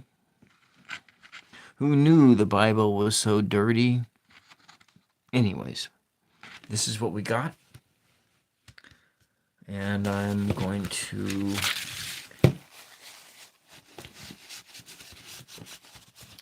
I'm going to be back tomorrow night at, yeah, you got it, Songs of Solomon. Absolutely. You know, I think I talked a little bit on my after church chat last week about age-appropriate. I talked a little about age-appropriate literature in the Bible. You know, Songs of Solomon is not for children to read, and I think I said in that after church chat that Revelations is also a book that children shouldn't read because it is for the spiritually immature person. It has very scary concepts. It has a lot of fear in it. But if you're looking at the as a roadmap for your own spiritual development, where it's all about the death and resurrection of your ego, or your ego self being diminished and your spirit self being magnified. And I think that's kind of what you prayed for, wisdom, and you'll never do that again. Worst 10 years, yeah. So, anyways, that is kind of what I'm thinking, and I think that's why it is. That's why Martin Luther, the not the Reverend Martin Luther King Jr. King, but Martin Luther, who wrote his 98 theses onto the wall of the church, and it began the Reformation in the 1400s. And so Martin Luther, because the church that I grew up in was a Lutheran church, and then later in life I became a Catholic, and now I'm sort of lost. Not lost. I'm going on my own path, but nevertheless, good night. And so you had that there was this, people. I think that he kept the book in the Bible because he felt that it had spiritual significance for your journey.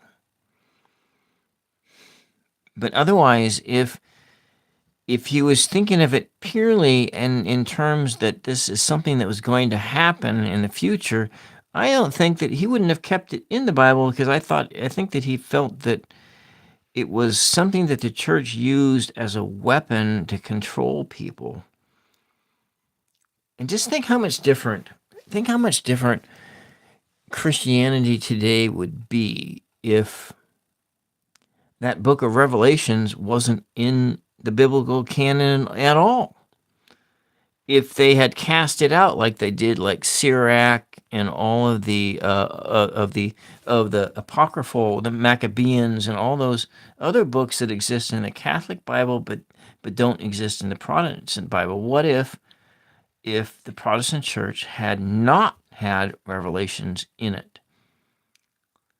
I think that Christianity today would be a vastly different religion altogether, because so much of non-mainline Christianity, all they do is they concentrate on that book of Revelations. They spend way too much time in Paul, and they don't spend enough time in the Gospels. And so to me it seems that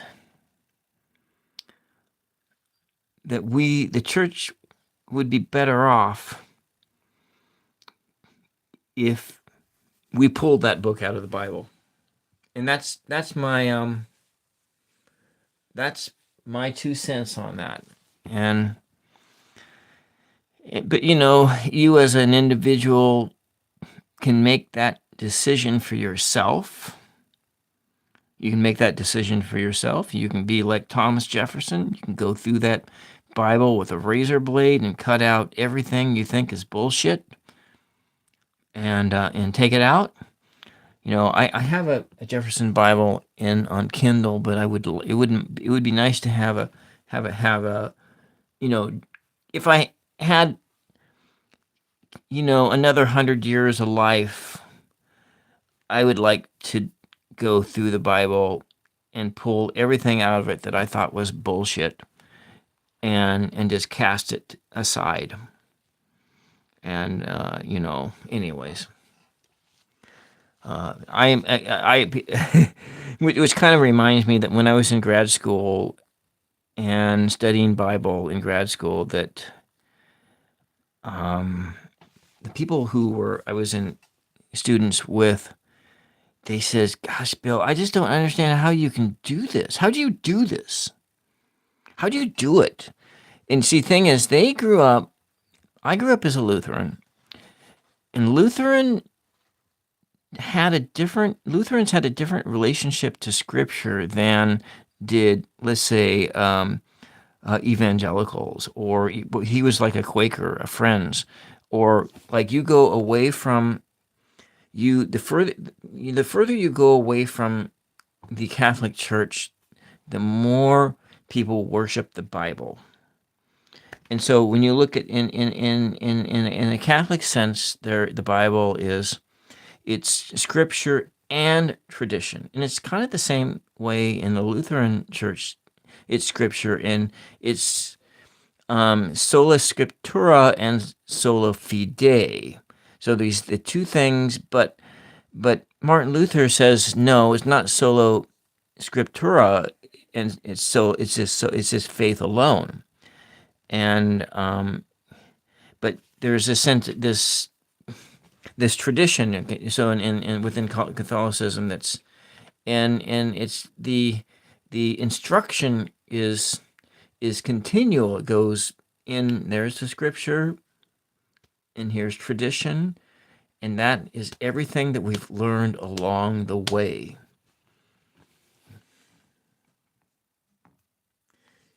So anything that is supposed to be looked at as historical, I think, could be, you would take out. Yeah. That's the thing about it is, I would take out almost the entire Old Testament. Of course, I have a Bible just like that. It's just the New Testament, but it's a translation that I don't particularly care for. I am kind of partial to my translations. I do not like the King James at all. I mean, it's the same. There's some little tweaks in it that are different, and I know why it is, because I just don't trust. I don't trust the translators. I don't trust the translators who translated the King James. Yeah, it isn't for the Gentiles. Yeah. I don't know. Anyways, I'm gonna call it a night here. I've been on for 2 hours. Jesus' real story needs to be released. Yeah, exactly. But it's good for learning and good for that. And but that story is, keep you want to hear the Gnostics. Yeah.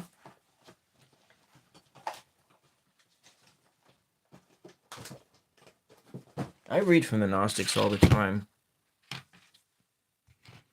I really like the Gospel of Thomas.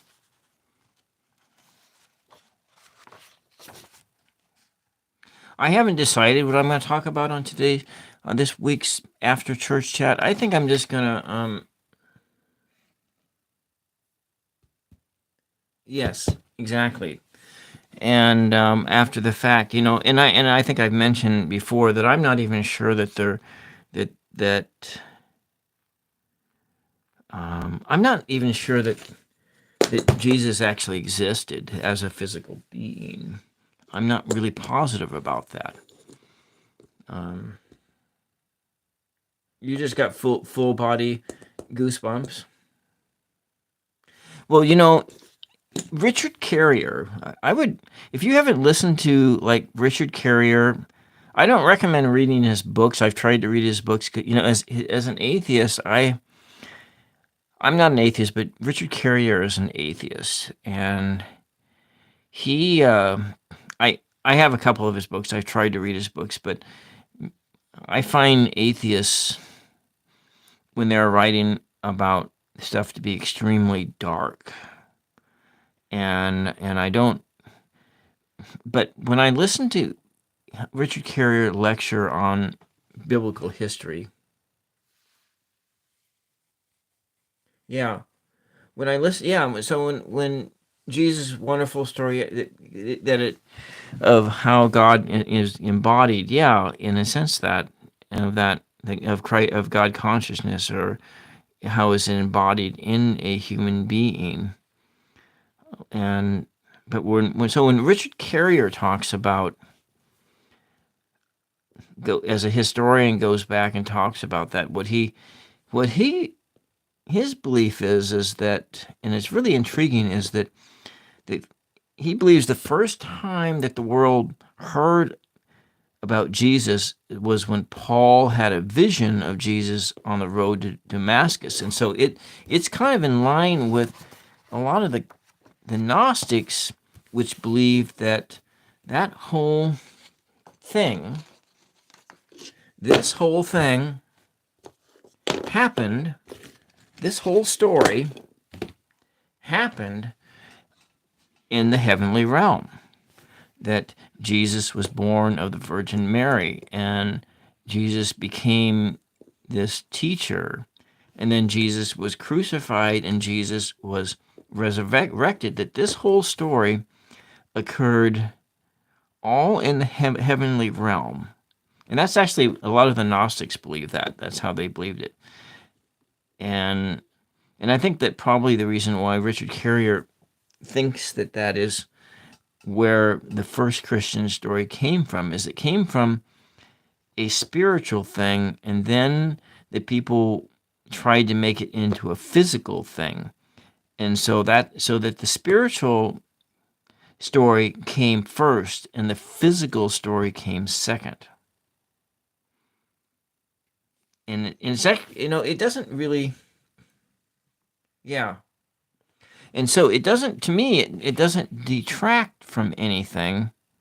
I don't find it, that story is something that, it doesn't make my faith any less diminished by thinking of it in that terms, because I see it as in the sense of, let's say we say the Trinity, where it's God the Father, the Son, and the Holy Spirit, and then, but the Son is humanity, and so you suck humanity right up into, did I just blew your mind? Huh. Above, below, head, heart, mind, body. Yeah. And so, yeah, and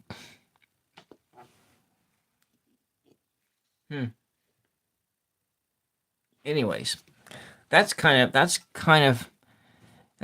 where, anyways, I to me, to me, it makes no difference if there is an actual, if there was an actual physical Jesus that was ever born into this world. I don't, but the story is a wonderful story, and it has, and it does apply, and in respects, it applies to our life, if we want to look at it in a sense that you are born into this world, and then you become you're, so there's this battle that comes, and you're becoming a human being, your consciousness, and becoming yourself. And then this happens. And then in that process of this happening, your physical self, your ego self, has to go away in order to come into being, to become into this resurrection, coming out of the tomb, coming out of death, and coming into new life. And then, and that's the story. And that's also like the story of the tarot as well. It's the tarot story too. And if we look at the major arcana, you're looking at it according to weight, because weight did not, where's my Fool card at? Because weight did not use the tarot for divination of fortune telling. That was not something that he felt was even appropriate. And weight was, as if you because I've mentioned it before multiple times, that weight was a Catholic. So the guy who came up with the tarot has been around since the 1400s. So we have this journey, and in this journey that goes kind of starts with the Fool, and then it goes on to the Magician, and you are stepping off this ledge and coming into this sort of a state. And I don't have this Fool's journey completely. I'm kind of a scholar because I have my education background, Chris, is in religious studies, and I have I didn't finish my master's degree in Bible studies, but I went halfway through a master's degree program in theological studies. I have a lot of, so I'm a scholar of. I have a certain amount of knowledge about Bible things, but you have this journey here, and this journey, according to Waite, is actually the same journey that I outlined in those 4 tiles, and it's all about transformation. In your major was art, you just read a lot, and so in the pictorial tarot, and I'm not finished reading that book by Waite. He spends a lot of time on this card, and so to me, Waite felt that this and you are, when you get to this point in the journey, you are spending a lot of time contemplating. You are in your chest is this lamp, and this lamp burns with this heavenly light that has neither wick nor fuel. It could be that, but I think that the whole journey is about it's all about one's spiritual journey, and then the things change. There's a change that happens, and then you have justice, and you got this hanged man, and this is a sense of you're hanging around. This is kind of like a crucifixion, maybe, and there's a sense of enlightenment that comes here. And then this here, the death, the crucifixion, and then back in the distance you see these are the 2 towers of the moon card, and the sun is rising, but this is about ego death. And then we go on, and then you've gotten some ego death, and now you're sitting on you need to learn some self-control, and then so you have 2 different spirits are combined to become one. So you look at, okay, you have heaven and earth, and these heaven and earthly matters, the body and the spirit, they're flowing together between these 2 cups. They're becoming a new thing. It's becoming a new thing. And then there's this, the shadow self comes into existence. Now you are in the process of spiritual transformation, and then there's this piece of you deep inside of you that is rearing itself back up again. Though, yes, you did have your ego death and your resurrection, and this is the process of that resurrection. And then you have to be faced with your own demons, faced with your own shadow self. And then we come up in 19. I'm missing some cards here. 14, that's not the right one. They're not missing, they're just in a different ordering here. So where am I at? This is 15. I need to go to card number 16. The tower moments. Okay, and then you have this tower moment. And in this tower moment, you are your body is breaking, and you are it's breaking, and and there's this destruction, and that's the destruction of, still the destruction of your body. This is the part of the week. It could be, but you could look at it that way, yes. And then this is part of that rebirth process, the rebirth. And so you're on this road to, this is in between that, in between your crucifixion and your resurrection. This is all part of that process. And then we go in, there's the star.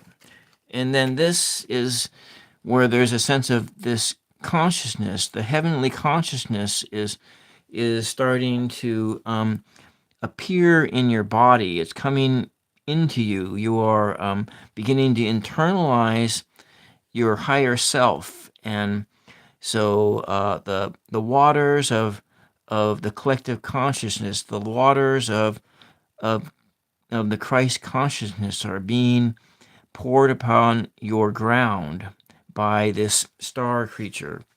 And then we go from here to the moon card. Now, then we have in the moon card. And so when we saw the death card, and in the death card, these two towers here are these two towers here.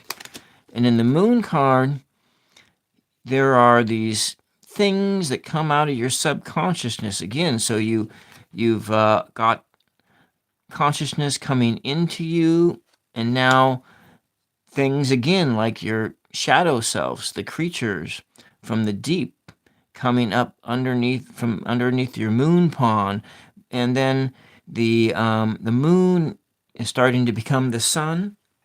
The moon and the sun, they're starting to merge in together, and then they go off into that, and then we go on in the journey, and then the sun comes out. And then this is a sense of a gloriousness. The sun that comes out is a sense of you starting to realize your spiritual self. You're getting a handle on your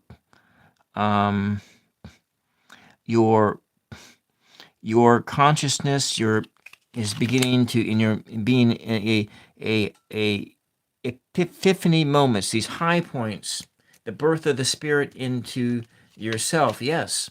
And then we go to the judgment card, and these new selves are popping out of the graves. And so the resurrection has occurred. So the death card to the judgment card, and this is your new self being, and this angel is blowing the horn of heaven and calling you forth into the land, and then that journey is complete. It's complete with the world card.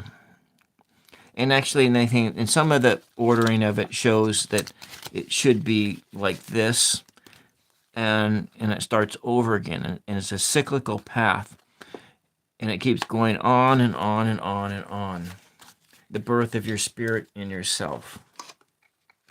Anyways, that's my understanding of how that relates to this.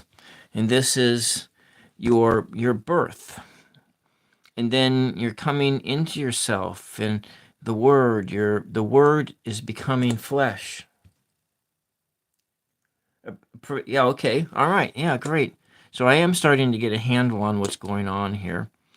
And then, so that whole major arcana journey is also illustrated in these four images here. Yeah. So you are coming, and so this is a little bit more simplified. You are born into this world. You're born, but this, in this image, you're looking at, this is not a baby. This is a small version of a fully grown being. It's a small version of so you are born into this world, and there is this seed within you that's already fully developed. It comes into this world already fully developed, and your life is just a process of becoming, and then you go into this phase. Here's the word. It's a word which has been written on your heart, and you have to unpack this.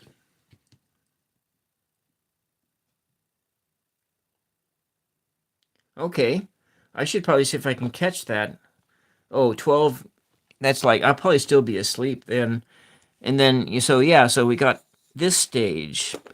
And then we go into this, like the death card. And then here. So it's just this path, this pathway here. Yeah. Anyways, that's my lesson for today. I didn't mean to go on for over 2 hours here, but anyways. So if anybody thinks that tarot and the Christian journey doesn't quite match up together, well, they've actually never studied either the Christian journey, and they've never studied tarot.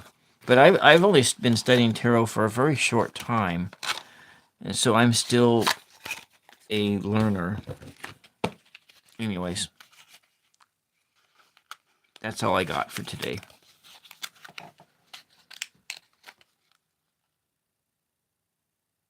Yeah. It is because it was born out of Christianity. Now, when I'm reading in like the Psychic Tarot because it was I'm still working my way through the Psychic Tarot, which is for the Aquarius Tarot deck. Junglus, I think his name was Junglus. I can't remember his name anyway. Of course, in his imaginations of trying to tie the tarot to Atlantis, but we don't even know that Atlantis existed. Yeah, the RWS, because it was because of where it was born out of, and the mind that put those images together. It came out of a Christian's mind. It came out of a mind of a Catholic, and so yeah.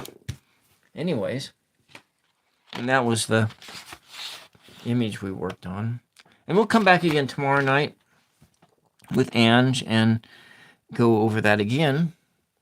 And so yeah, I wanted to thank everybody for being here. Thank you, Tom, Early Ritual. Thank you, Chris.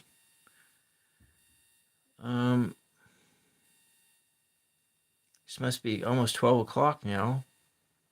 Thank you, Chris. Thank you, Ange. Thank you, Mama Sushi. Thank everybody else for watching in and lurking in. And what did I have a little card for this? Yeah. This is Coloring the Tarot on the 999 show. Yeah.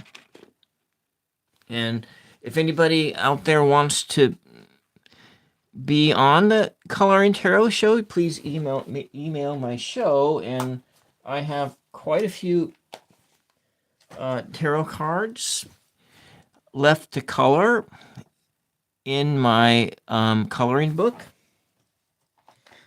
And so yeah.